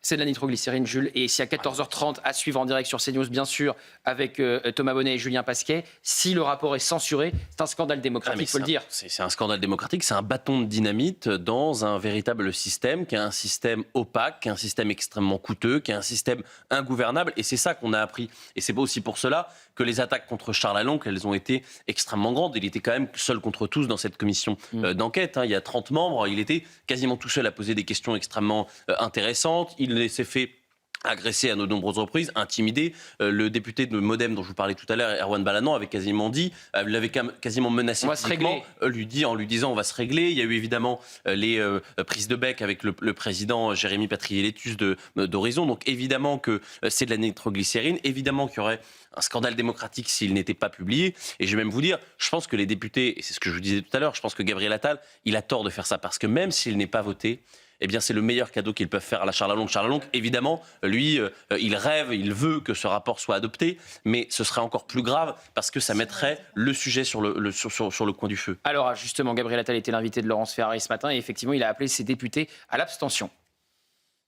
Alors moi, je ne suis pas membre de la commission d'enquête, donc je n'ai pas accès au rapport, puisque vous connaissez les règles de l'Assemblée, c'est seulement les membres qui ont accès au rapport. Maintenant, j'ai des membres de mon groupe, ils se sont réunis hier, et je crois qu'ils ont décidé de s'abstenir pour ne pas empêcher la publication du rapport. Pourquoi ne pas voter pour alors? Sans pour autant cautionner, en tout cas valider le contenu du rapport avec lequel ils ont des désaccords. S'abstenir, ça veut dire quoi? Le vote n'est pas uniquement, Laurence Ferrari, sur la publication du rapport. Le vote, c'est est-ce que vous adoptez le rapport, y compris avec son contenu. Ils ont des désaccords sur le fond avec le rapport, ils ne veulent pas pour autant empêcher qu'il soit publié. Moi-même, je vais vous dire, je trouve ça très bizarre qu'il puisse y avoir 6 mois de commission d'enquête et qu'on bloque la publication d'un rapport. Donc d'ailleurs, pour moi, il faudrait peut-être changer les règles à l'Assemblée pour que la publication soit automatique et que le vote soit clairement pour ou contre les conclusions du rapport. Mais oui, Eric. Attends. Moi, je trouve ça lunaire. C'est-à-dire qu'on a un Gabriel Attal qui nous dit qu'il faut changer les règles, il va être candidat à la présidentielle, etc. Mais c'est le boss de son groupe. Bien sûr. La seule règle qu'il a à faire, c'est de demander à ses députés de faire ce qu'il dit qu'il pense en privé. Pardonnez-moi, c'est-à-dire qu'effectivement, aujourd'hui, quand ça se joue à 1 ou 2 votes, s'abstenir, c'est voter avec la gauche. Gabriel Attal, il essaye depuis 2 ans de nous faire croire que c'est bon, il ne refera plus de voter pour la France insoumise, etc. Il avait un moment de clarifier. Et moi, ce qui m'exaspère, et là-dessus, pardonnez-moi, mais ça devient insupportable, c'est d'avoir des gens qui donnent toujours des leçons du comment fonctionnent les institutions et qui sont capables de nous mentir. Parce que, pardonnez-moi, vous le disiez tout à l'heure, voter pour la publication de ce rapport n'est pas cautionné. Et c'est assez historique que Charles Lalonde ait donné la possibilité, notamment au président, d'introduire ce rapport. C'est le premier point. Et le deuxième point, chez Charles Lalonde, c'est quelqu'un de compétent. Je pense que c'est ça qui les a surpris. Il correspond d'ailleurs à leurs critères. C'est-à-dire, il vient d'HEC, il a créé une entreprise, notamment une banque en ligne, etc. C'est ce qui les a d'ailleurs surpris, parce qu'il connaissait absolument tous les chiffres. Il a fonctionné comme un chef d'entreprise en interrogeant l'audiovisuel public. Normalement, Gabriel Attal, ça devrait lui parler, mais pour des raisons politiciennes, il refuse de voter. Je vous donne la parole dans un instant, mais écoutez les Français. Qu'en pensent les Français? On est allé leur poser la question si le rapport n'était pas publié. Guillaume Fouquetot. C'est important parce que c'est des informations quand même qui nous concernent tous. C'est l'audiovisuel, c'est nous qui payons pour ce genre de choses. Donc oui, c'est important. Je pense que quand il y a des rapports qui sont faits comme ça, c'est important qu'ils soient rendus publics. De toute façon, moi, ça ne me regarde pas forcément d'une façon très importante, mais je trouve que quand il y a des rapports qui sont faits, on doit les connaître. C'est important pour nous. Important, quand il y a de l'argent qui est en jeu, on a besoin d'être au courant, parce que la vie maintenant est très chère et on est obligé, nous, contribuables, de faire des gros sacrifices. De connaître la vérité de ce qui se passe sur les France TV et tous les audiovisuels. Il y a beaucoup de dérives et c'est toujours du même côté qu'on les fait apparaître. Donc je crois que c'est très important que les Français soient vraiment au courant de ce qui se passe. Ça serait une péripétie de plus dans la vie de cette commission, dont il est vrai que le déroulé a été dont le déroulé des travaux a été un peu bizarre. Mais à partir du moment où elle existe et où le rapport existe, oui, je pense qu'il est préférable de le publier. Et on verra les critiques qui seront faites, le cas échéant, sur ce rapport. Voilà. Ça me paraît évident, sachant que des rapports, on en a des tonnes dans tous les domaines et qu'on en parle 6 mois, 1 an après. Enfin, bon, mais je souhaite ardemment que ce rapport soit publié, évidemment. Je suis très frappé, Hélène. Les Français ont suivi cette commission. Je l'ai dit, le documentaire qu'on avait fait, 600 000 téléspectateurs, c'est énorme. Et là, dans la rue, les Français sont au courant de ce qui s'est passé, de la manière dont les auditions ont pu se tenir. Chacun peut avoir évidemment son regard sur qui a eu tort, qui a eu raison, mais la volonté de voir le rapport publié. Bien sûr, les taux d'impression, les taux de like aussi sur les réseaux sociaux, parce que ces auditions ont été retransmises sur les réseaux sociaux, étaient extrêmement impressionnants. Moi, je voudrais revenir sur précisément ce qui s'est passé ce week-end. On sait qu'il y a des députés donc, du centre, de la gauche, qui ont fait des fuites dans la presse presse en disant voilà, j'ai vu ça dans ce rapport, parce que pour repréciser une fois, je veux dire, le rapport était dans une pièce, on n'avait pas le droit de prendre ni son téléphone, on n'avait pas le droit de prendre de notes, etc. Donc ce qui s'est passé, les députés rentrent dans la pièce, regardent le rapport, ils ressortent, ils appellent les journalistes et ils leur disent voilà, il y a marqué ça dans ce rapport. Sauf qu'en fait, c'est ça le problème, c'est que les journalistes ont pris pour content ce que les députés étaient en train de raconter. Donc déjà, les députés, évidemment, peuvent jouer sur les mots, c'est précisément ce qui s'est passé. Et c'est la raison pour laquelle maintenant, il y a des fake news dans la presse. Et le pire dans tout ça, c'est que si le rapport n'est pas voté, Charles Lalonde ne pourra jamais rétablir la vérité. Ce qu'il a dit plus ou moins sur RMC ce matin, avec les 6 nations, le Tour de France, parce qu'il y a des députés qui ont commencé à dire oui, ils veulent baisser l'argent sur le Tour de France. Mais comment c'est sérieux? Enfin, je veux dire, Charles Lalonde n'aurait jamais dit quelque chose pareil. Mais ce que je trouve fou, c'est le silence de Yael Braun-Pivet, parce que non seulement il y a un problème, Quand évidemment... elle a parlé, c'était pour le pousser dans les ronces. Bien sûr, mais là, sur le silence précisément de ce qui s'est passé ce week-end, parce qu'on l'a redit, ce qu'a fait Erwan Balanan, ce qu'ont fait ces députés sous couvert d'anonymat, c'est illégal, ça n'est pas vrai. Et Yael Braun-Pivet, là, ne retrouve absolument rien à redire. Ludovic Toro. Oui, je reviens sur les propos de Gabriel Attal, ils sont lunaires, quoi. Je veux que ça soit publié automatiquement. Mais en fait, celui-là, je ne veux pas que ce soit publié quelque part, c'est clair. Mais au-delà de ça, Gabriel Attal, qui veut être président de la République, a compris les Français. Qu'il les écoute, les Français. Parce que je ne connais pas un Français que je rencontre dans la rue qui ne dit pas qu'il ne veut pas ce rapport. Je vous rappelle quand même, c'est mon argent, c'est votre argent, c'est vos impôts qui payent ces gens-là. Et ils osent nous dire qu'ils ne veulent pas communiquer leur salaire. Mais c'est une blague. Bien sûr que vous allez communiquer votre salaire, puisque c'est moi qui vous paye, on le paye tous. Non, ils se mettent à l'abri. Excusez-moi, ce rapport doit sortir. Sinon, c'est un vrai scandale. C'est un scandale politique, un scandale gouvernemental. Je vous le dis très clairement. On va repartir aux États-Unis suite donc à ce tireur qui a, au Gala de la Presse dans la nuit de samedi à dimanche, pour nous, a tenté de pénétrer et de s'en prendre au président des États-Unis. 48 heures plus tard, il va être présenté à un juge. On a son profil. Il a signé un manifeste anti-chrétien. Toutes les explications, Célia Judas. 48 heures après l'attaque, les investigations se poursuivent pour faire toute la lumière sur le profil et les motivations de celui qui a tenté de s'en prendre au président américain. En 2 jours d'enquête, le procureur général par intérim a pu affirmer que le tireur présumé avait pour cible certains hauts responsables de l'équipe de Donald Trump. Avant l'attaque, il aurait rédigé un manifeste anti-chrétien, un document transmis à sa famille et remis à la police. Au fil des pages, les enquêteurs découvrent une hostilité revendiquée à l'encontre de l'administration Trump. L'identité de l'assaillant a également été révélée. Cole Thomas Allen est présenté comme un ingénieur mécanique et professeur originaire de Californie, diplômé d'une prestigieuse université américaine. Bien qu'il n'ait pas coopéré avec la police, les autorités ont retracé son parcours. L'homme âgé de 31 ans aurait rejoint Washington en train depuis Los Angeles via Chicago. Il aurait réservé une chambre dans un hôtel de Washington plusieurs jours avant le gala. L'auteur présumé devrait comparaître aujourd'hui. Il sera inculpé de 2 chefs d'accusation. Le premier pour usage d'une arme à feu lors d'un crime violent et le second pour l'agression d'un agent fédéral à l'aide d'une arme dangereuse. Et ce qui frappe Michel Fayad, c'est que ça se succède autour de Donald Trump. On l'a vu tout à l'heure, 6 attaques en l'espace donc de ses 2 mandats, des campagnes et de sa défaite et de ses victoires. Il y a vraiment un acharnement contre Donald Trump. Tout le monde se souvient évidemment en 2024 quand il est ciblé à l'oreille et s'il n'avait pas tourné la tête, il aurait pris cette balle en pleine tête.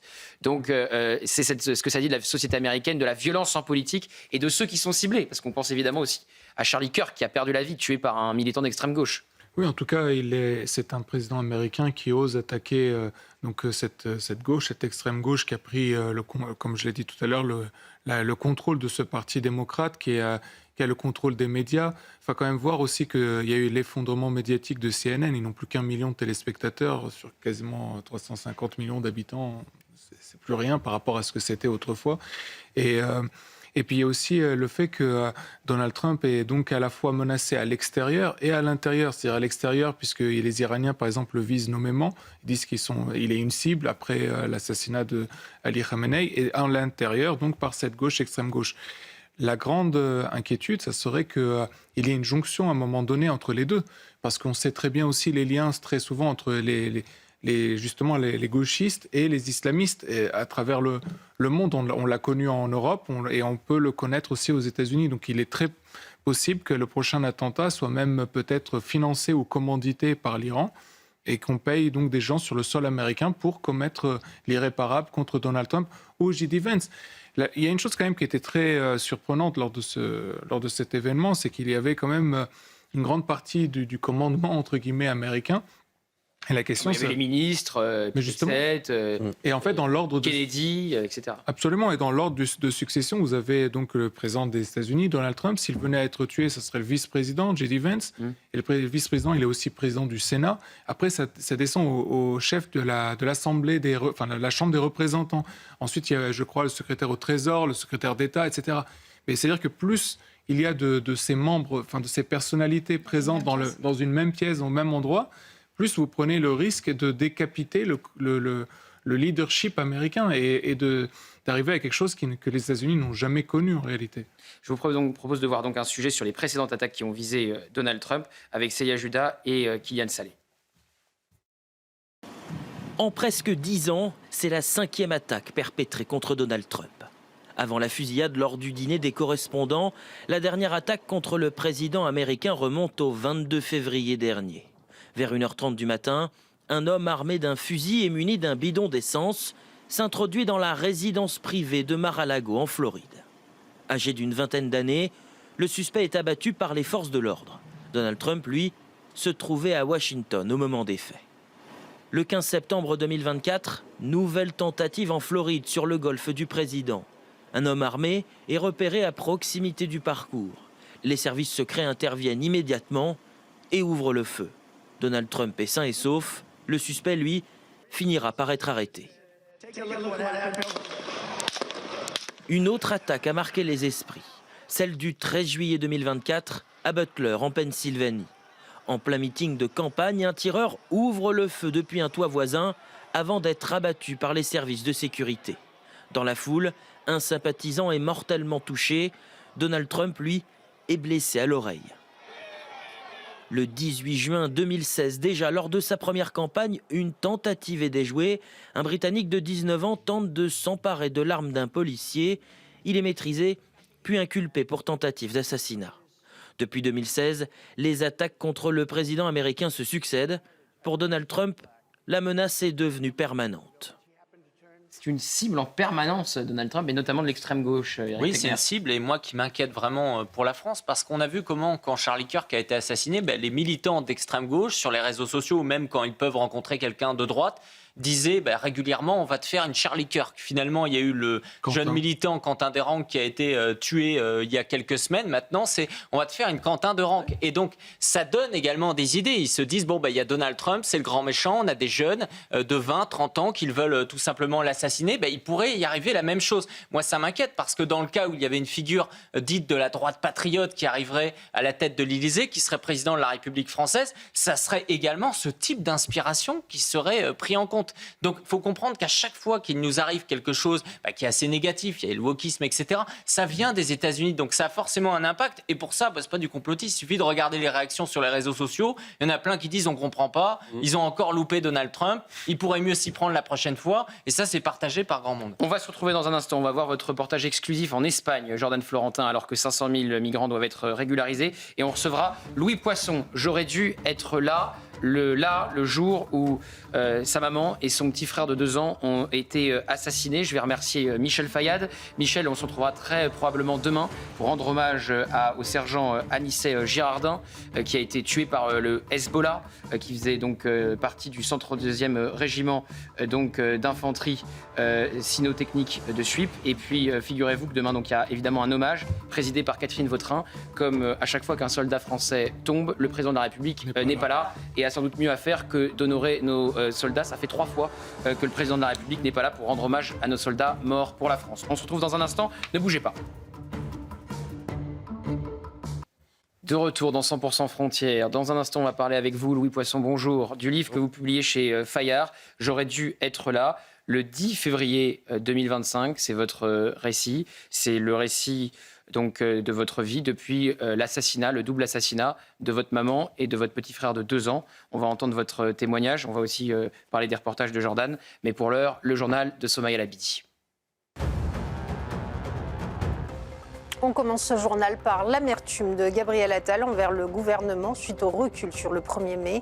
Le député Ensemble pour la République a fustigé la décision de l'exécutif ce matin sur notre antenne de renoncer à sa réforme visant à revenir sur le 1er mai chômé via une généralisation du travail dans les commerces, l'accusant d'avoir, je cite, cédé à la CGT et à la gauche.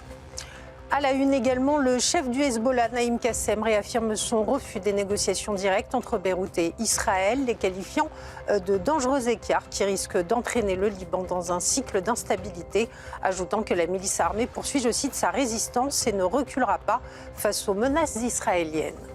Et puis le roi Charles III et son épouse Camilla attendus aux États-Unis dans le cadre d'une visite d'État de 4 jours. Visite qui prévoit une rencontre privée avec Donald Trump et un discours devant le Congrès à l'occasion du 250e anniversaire de la déclaration d'indépendance des États-Unis. Une visite sous haute sécurité après la fusillade lors du dîner des correspondants samedi soir à Washington. Merci beaucoup Somaya. Louis Poisson, vous publiez donc chez Fayard « J'aurais dû être là le 10 février 2025 ». Est-ce que 2005. Est-ce que vous pouvez nous raconter ce qui s'est passé le 10 février 2005, il y a donc plus de 20 ans? Eh bien, quand j'avais 14 ans, donc du coup, ma mère et mon petit frère ont été assassinés par l'ancien locataire de la maison dans laquelle ma mère emménageait. Donc, j'explique tout dans le livre parce que c'est assez compliqué comme histoire. Elle se retrouve dans une nouvelle maison, elle quitte la ville de Bourges dans laquelle je vivais avec elle à l'époque, avec mon frère et ma sœur, et mon petit frère Maë de 2 ans. Elle est partie vivre dans cette nouvelle maison, donc à 1h30 de là où on habitait avant, et on n'a pas eu de nouvelles pendant 2 semaines, environ 3 semaines. Et en fait, on a appris, moi j'ai appris par mon père qu'elle avait été assassinée, quoi. Et mon petit frère aussi. On vous voit d'ailleurs avec votre petit frère sur... Là, c'est ma petite sœur. C'est votre petite sœur. Ouais. C'est des images que vous avez publiées, vous. Voilà, c'est votre maman, là, qu'on voit actuellement à l'écran. Et vous racontez que ces fameux titres « J'aurais dû être là », que c'est une décision de votre père qui vous empêche d'être là. Et alors, quand vous avez 14 ans, vous vous dites « Si j'avais été là, j'aurais pu empêcher ce double assassinat ». Et aujourd'hui, vous vous dites « J'aurais été probablement une 3e victime et que mon père m'a sauvé la vie ». Oui, c'est ça. En fait, c'est quand on a 14 ans, on s'imagine un peu en héros. Je m'oppose, en gros, mon père s'oppose à ce que j'aille chez ma mère à l'époque parce qu'il sent qu'il a un espèce de pressentiment, un espèce d'instinct où il se dit qu'il y a quelque chose de pas clair, pas mal d'infos, voilà. Et donc, du coup, donc ça, c'est mon petit frère, voilà. Ça, c'est mon petit frère Maë. Et du coup, il s'oppose à ce que j'aille là-bas et je me retrouve à être en opposition à mon père parce que dans ma tête, je me dis que j'aurais dû être là-bas à l'époque pour sauver ma mère, sauver mon petit frère. En fait, en vérité, je me serais fait assassiner de la même façon, c'est certain. Qui est devenu l'assassin ? Il a été très vite interpellé, très vite incarcéré et il s'est suicidé en prison 2 ans après. Et comment on réagit quand l'assassin, qui avait pris plus de 20 ans de prison... Il avait pris 22 ans, ouais. 22 ans ? Ouais. Donc il en a fait... il a fait combien d'années de prison au final ? Il en a fait 2. Il a fait 2 années ? Il a fait 2 années, ouais. Et il se suicide, comment on réagit quand on a 16 ans et qu'on apprend... Vous avez appris quand d'ailleurs qu'il s'était suicidé ? Je l'ai appris par hasard. En plus, quelqu'un dans la rue m'a dit, que je connaissais, m'a dit tu sais que Joël, il s'appelait Joël, s'est suicidé. Donc j'ai appris comme ça. Donc ça m'a pas vraiment fait un choc parce que je me suis dit c'était peut-être une bonne chose en fait finalement. Mais après bon, il a aussi un peu esquivé 22 ans d'incarcération. Maintenant, vu comment on traite les détenus en prison, je sais pas si c'est pas mieux de cette façon-là, quoi. Et ça clôture cette histoire quand on apprend qu'il est mort. Est-ce qu'on se dit l'histoire est clôturée ? Je pense que c'est jamais clôturé en fait. Hein. C'est jamais clôturé. Juste, en fait, on apprend à vivre avec, on avance et comme j'explique souvent, on fait pas vraiment de deuil. Le deuil, il se fait pas réellement. Et il se fait pas. Juste, on apprend à vivre avec ces choses-là. Et moi, j'ai essayé de continuer à vivre avec l'humour, avec ma famille, mes amis. Ça a été le plus important, quoi. Et justement, comment on se construit donc à 14 ans quand on n'a plus sa mère, quand son petit frère de 2 ans a été assassiné ? Comment dans le livre, vous expliquez que vous avez enfoui cette histoire et que c'est une boîte que vous a offert votre père avec toutes les coupures de presse sur le double assassinat de votre mère et de votre frère qui a permis l'écriture de ce livre. Vous avez donc commencé par essayer de mettre cette histoire derrière vous pour vous construire ? En fait, oui, j'ai complètement été dans le déni très, très vite. À 14 ans, j'étais complètement dans le déni. J'en voulais plus, j'en voulais même plutôt à mon père et j'étais un peu dur avec lui. Et après, en fait, je suis parti très vite de chez moi. À 17 ans, je suis parti à l'armée. J'ai commencé ma vie, on va dire, d'adulte assez tôt. J'ai travaillé très tôt et en fait, je suis parti de la ville dans laquelle j'habitais. Un peu même pour esquiver mon père indirectement, et c'est avec le temps on a commencé à réapprendre à se revoir, à rediscuter ensemble, mais c'est à 32 ans que mon père me donne en déménageant, il me donne en fait cette boîte avec toutes les coupures de presse, On le voit, exactement, toutes les ordonnances de procès, les rapports de médecins légistes, tout ça, et en fait moi je me replonge là-dedans il y a 2 ans et demi quoi. Quel est aujourd'hui votre rapport avec votre père et qu'est-ce que ça dit également, vous en parlez un peu de l'importance de la figure du père? En fait, sur le moment, je me rends pas compte de ce qu'il me transmet quand j'ai 14 ans, 15 ans, enfin même avant. Et je m'en suis rendu compte après. Déjà il y a des choses, des goûts, des choses comme ça, où je me rends compte que je lui ressemble sur pas mal de points. Et même, je me rends compte en grandissant, en étant plus mature, que il m'a tout transmis en fait, et il m'a permis aussi de supporter tout ça. Il a fait vraiment tampon, et en plus de ça, il y a eu une espèce de double peine pour lui parce que à 14 ans, lui il perd quand même son ex-femme et la mère de son fils, et en plus de ça, moi je suis en opposition contre lui, donc en fait il est vraiment il se retrouve seul à devoir éduquer un enfant presque qu'il déteste en fait pendant 4 ans quoi. Et à quel moment donc se fait la bascule où vous comprenez qu'il vous a sauvé la vie? Vous passez de la détestation à l'amour envers votre père? En fait, c'est parce que je pars de chez lui, donc vraiment je fuis un peu le domicile en partant tôt à l'armée, et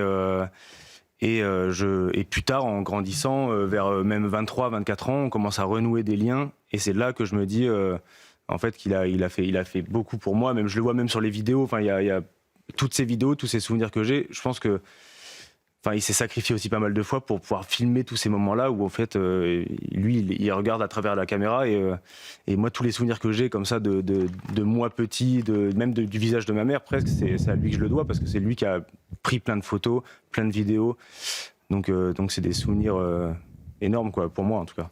Vous racontez aussi le moment où il vous apprend le double meurtre, le double assassinat de votre maman et de votre petit frère de 2 ans, et que ce moment-là c'est un moment où il vous dit « il faut que je te parle », etc. Donc vous sentez qu'il y a quelque chose qui ne va pas. Mais il le fait aussi très rapidement. C'est-à-dire qu'il n'y a pas de côté solennel à l'annonce. Ce que vous dites, c'est... Et après, vous passez à autre chose. En fait, vous essayez de passer à autre chose très vite. C'est ce que j'ai entendu aussi parmi les témoignages que vous avez faits depuis la sortie du livre. C'est ça, ouais. En fait, il me l'apprend. Moi, je suis en train de jouer à PES, donc je suis pas du tout dans l'ambiance de ce genre de nouvelles, et en fait je vois qu'il a du mal qu'il est différent d'habitude quoi. Il est les yeux gonflés, il est pas, on sent qu'il est pas bien, et quand il me le dit d'un coup, parce que je pense qu'il a mis du temps. Lui il le savait déjà de la veille, et il a dû chercher, je pense pas mal, il a dû remuer pas mal de choses pour savoir comment aborder le sujet. Et donc il me l'a dit directement en me disant assis-toi, ta mère et ton petit frère, ta mère s'est fait assassiner, et très vite moi je lui ai demandé mon petit frère, et donc il m'a dit ton petit frère aussi, et en fait j'ai vu qu'il était dans un état vraiment presque second. Il servait des verres de whisky, il était pas, je pense qu'il se donnait un peu de courage, mais très vite j'ai voulu passer, pas être passé à autre chose, mais en fait on est dans le déni. Donc juste on se dit ça n'existe pas, c'est un cauchemar, on va se réveiller, et il m'a dit tu veux qu'on annule le week-end, on devait aller au ski. Je lui ai dit non, ça changera rien, autant y aller quoi. Donc vous êtes parti au ski. Et je suis parti au ski, ouais. Et je pense que j'ai vécu un week-end normal, parce qu'en fait j'étais dans ma tête, ça s'était pas passé en fait. Et pendant longtemps en fait, pendant je pense 6 mois, même 1 an, on se dit que ça n'existe pas, on va se réveiller quoi. Votre ouvrage est justement une grande leçon de résilience. Vous en parliez un peu tout à l'heure. Quelle est la place de l'humour dans votre vie, et à quel moment vous pensez que c'est également une arme quand on vit ce genre de choses? Parce que c'est vrai que vous faites preuve de beaucoup d'humour en ayant une expérience aussi terrible. Ouais. Je dis ça parce que vous connaissez un peu, c'est pour ça que... parce que je pense que c'est une vraie soupape en fait. L'humour, c'est vraiment bien pour dédramatiser et pour même relativiser. Alors je relativise sûrement un peu trop même maintenant, mais je pense que ça a été vraiment une arme, et j'ai fréquenté des gens quand j'avais 14-15 ans, qui sont encore mes amis aujourd'hui, où on avait vraiment ce moteur. Et d'ailleurs, on avait souvent un peu des vies similaires avec des familles monoparentales, des profils assez similaires. Et je pense que ça nous a vraiment permis d'avancer, d'avoir un regard un peu avec du recul sur la vie et de rigoler un peu de tout. Et même sur la mort, enfin même sur moi mes potes font des vannes sur la mort de ma mère et je trouve ça très marrant quand c'est mes potes évidemment, mais quand c'est surtout bienveillant et ça permet même de rendre presque hommage, c'est-à-dire permettre, en gros quand mes amis font des vannes, des blagues comme ça, pour moi ils font exister ma mère entre guillemets quoi. Justement, quand vous avez rencontré des gens en arrivant notamment à Paris, ils ne connaissaient pas votre histoire. Beaucoup l'ont découvert avec la sortie du livre ou avec un témoignage que vous aviez fait précédemment. Ouais. C'est la première fois. Il y a beaucoup de gens dans votre entourage récents qui ont appris votre histoire avec ce livre.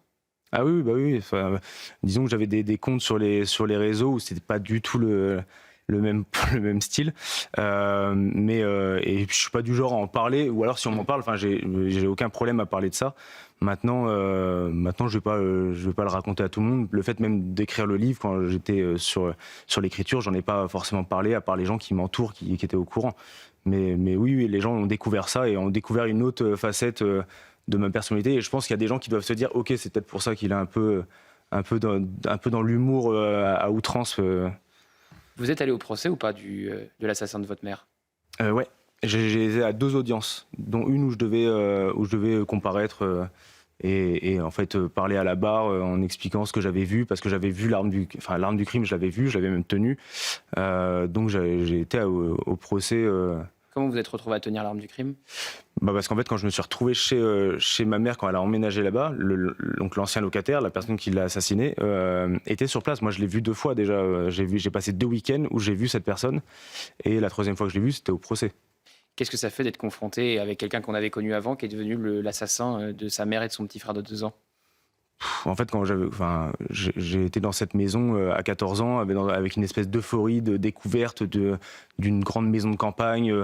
Donc en fait, qu'il y a un mec qui est là, ma mère m'avait dit que c'était il était il avait encore des meubles à lui, qu'il devait les enlever. Ma mère lui avait un peu permis de tarder un peu là-dessus. Donc en fait, quand on est confronté à l'assassin de sa mère et de son petit frère, on ressent quoi ? Après quand on est au procès, c'est différent. Ouais, il y a beaucoup plus de colère. En fait, c'est un état de sidération, de colère, un mélange de pas mal de choses. Surtout qu'il est vraiment à environ, 5 mètres, avec 2 policiers autour de lui. Donc il y a quand même un truc où ça peut paraître facile aussi d'en finir si on le veut, quoi. Ça vous a traversé l'esprit ? Oui, évidemment. Georges Fenech, vous avez assisté, vous, à beaucoup de procès où il y a des gens dans la salle qui viennent témoigner, qui ont tout perdu, qui ont perdu des êtres chers. Bien sûr, c'est une épreuve très difficile, mais en même temps, on se pose la question depuis tout à l'heure, qu'est-ce qui a pu motiver l'assassinat d'une maman avec son enfant ? Alors après, on n'a pas bien compris en fait. Oui, bien sûr, non, je comprends. Ouais. En fait, ce qu'il faut comprendre, c'est que la personne avait déjà un casier judiciaire très lourd. Et moi, d'ailleurs, en regardant dans ses dossiers, j'ai découvert aussi son passé psychiatrique. Il avait déjà été diagnostiqué psychopathe. Donc, il n'y a pas besoin de trouver pas mal de raisons. En fait, le mec était fou, quoi. Et il y a eu un conflit avec ma mère parce qu'il tardait. Il a été reconnu responsable puisqu'il a pris 22 ans. Oui. Oui, mais il avait quand même eu un passé très lourd. Il avait été déjà accusé de viol, de violence sur sa propre mère. Enfin, donc, on était sur un cas quand même. Un cas un peu particulier. Et donc là se pose aussi la question de la récidive. J'aurais dû être là le 10 février 2005.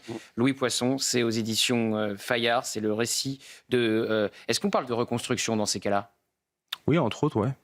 Ouais, reconstruction. Enfin, en tout cas, ça m'a permis... c'est un peu thérapeutique d'écrire aussi.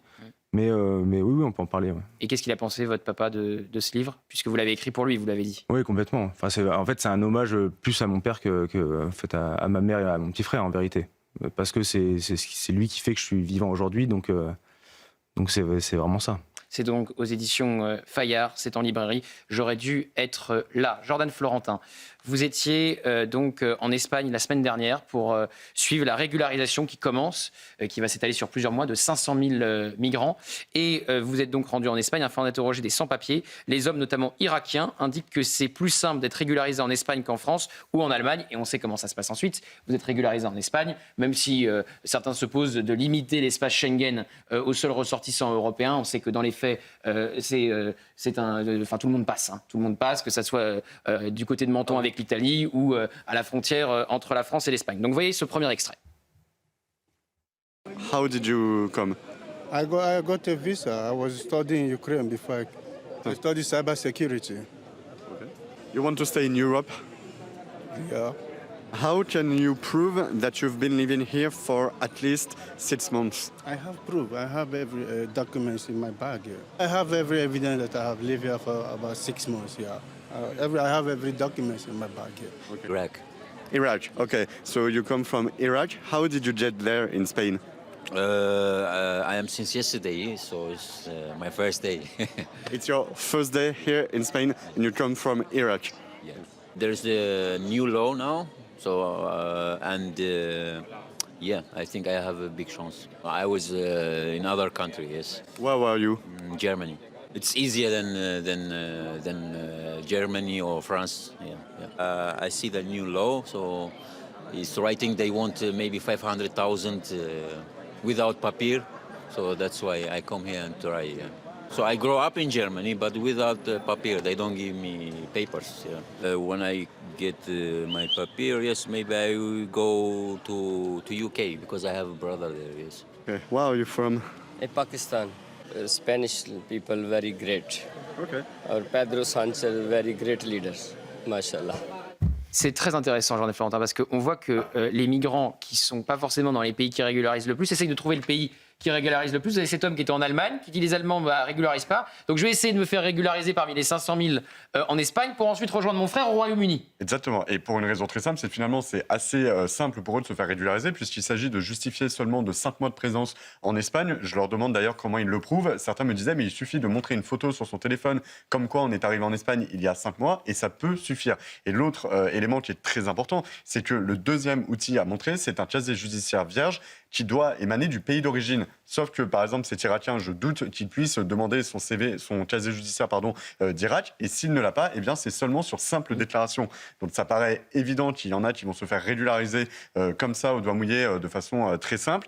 Et ce que j'ai pu observer également, c'est des personnes qui me disaient, certes, certains vouloir rester en Espagne. Il faut imaginer qu'il y en a 150 000 qui vont se faire régulariser pour la simple Catalogne, où il y a 8 millions d'habitants. Donc, ça va se répartir en Catalogne, mais il y en a certains, comme lui, qui veulent ensuite aller partout en Europe. Expliquez ce qu'était cette file d'attente. Les gens attendent d'être régularisés dans cette file d'attente. Alors, ils attendent d'obtenir leur certificat de résidence qui, ensuite, accompagné du casier judiciaire vierge, a priori, va permettre d'être régularisé. Ici, on est en plein cœur de Barcelone. Et donc, à Barcelone, certains attendent depuis 40 heures dans cette file d'attente. Écoutez ce deuxième extrait. Where are you from? From Senegal. How did you come here? Boat? Plane? Boat. You paid someone for boat? No. How old are you? No. I'm waiting for this papier. Tu peux pas chercher un travail. So you need this paper? Yeah, pour régler ton résidence ici, tu dois remplir ce papier et cacher ici. You wait for how many hours here? 6. Yeah. 6 hours here? Yeah, 6. Lots of people after Easter last night, around some people 20 hours, 40 hours, 10 hours, they're waiting for the venerable the certificate. Recently the government 2026 16 April have a new regulation, the extra popular 5 lakhs. So that's why the ayudamento the wait the ayudamento it's opening. Venerable the certificate. That's why I'm waiting.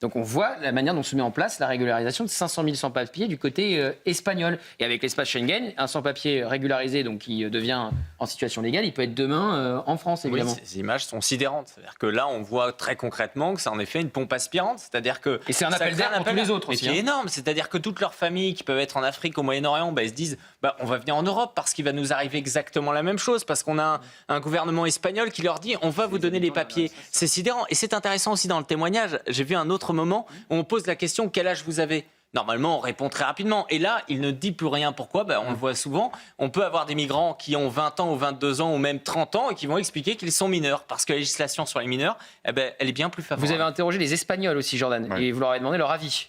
Ouais, j'en ai eu une qui était défavorable, le reste était plutôt favorable. Donc on verra, il faudrait y retourner peut-être dans 6 mois, dans 1 an, une fois que toutes ces personnes ont été régularisées. Est-ce que ça pose des difficultés ? Pour l'instant, ils sont favorables et ils adorent leur gouvernement, sauf une dame argentine qui dit « Je ne veux pas que ça devienne comme l'Argentine avant Milei ». Écoutez donc les habitants espagnols, qu'est-ce qu'ils en pensent ? If they are here, they have a right to be here. For me, it is okay if they can get the papers. Why not? I know it is a lot of immigration, but we have created a very horrible world. So if they are here, they have a right to live here. Why not? I think it's right. It's right for people and for the state. I don't think so. It's too much people. So you are okay to welcome them in Spain? Yes. So we need people. Everybody stays clean because the streets are being dirty as I never seen them in a year. But I hope that everybody respects the land that they are living and working for. Don't expect nobody to impose me anything that I am not imposing to anybody. So we both need to respect the place that we are living in. Respect the country that you come and live, because they are giving you, they are receiving you with open doors, as you can see. I don't like Pedro Sanchez by myself. I don't like many things that he does. I don't respect his ideas. I don't like the idea of communism coming. I'm coming from Argentina. I don't want the same that happened in my country to happen here. It's true that it's a difficult situation because we here in Spain receive a lot of immigrants and illegal ones too. These are people that are coming here to work and to make a living. If we were in the other side, what would we think? I mean, I think it's good to have some kind of regulation. It's not good to close the doors to them. Voilà donc ce qu'on pouvait dire sur la régularisation massive de 500 000 sans-papiers du côté espagnol. Ce soir, à 21h, soyez là, grand format sur le racisme anti-blanc, la fin du silence. Et on en débattra ensuite avec nos invités dans 100% politique. Mais pour l'heure, c'est Thomas Bonnet pour Midi News. Et Thomas, évidemment, ça va tomber chez vous, le vote sur le rapport à l'oncle. Et oui, restez bien avec nous, on va vous faire vivre en direct ce vote historique. Alors c'est un vote d'une commission parlementaire, initialement ça passe comme une lettre à la poste, mais cette fois évidemment il y a un enjeu très important. Vous connaissez la formule, le système va mal, mais il se défend bien. Est-ce qu'il va se défendre encore le système ? Réponse dans Midi News, on sera évidemment à l'Assemblée avec nos équipes pour vous faire vivre en direct le vote des députés qui composent cette commission parlementaire. Certains disent que ça va se jouer à une voix. À une voix. Ça va être très serré. Certains le disent. Certains le disent. Merci à tous pour 100% Frontières. On se retrouve donc ce soir à 21h, long format et débrief sur le racisme anti-blanc. Thomas Bonnet pour Midi News tout de suite.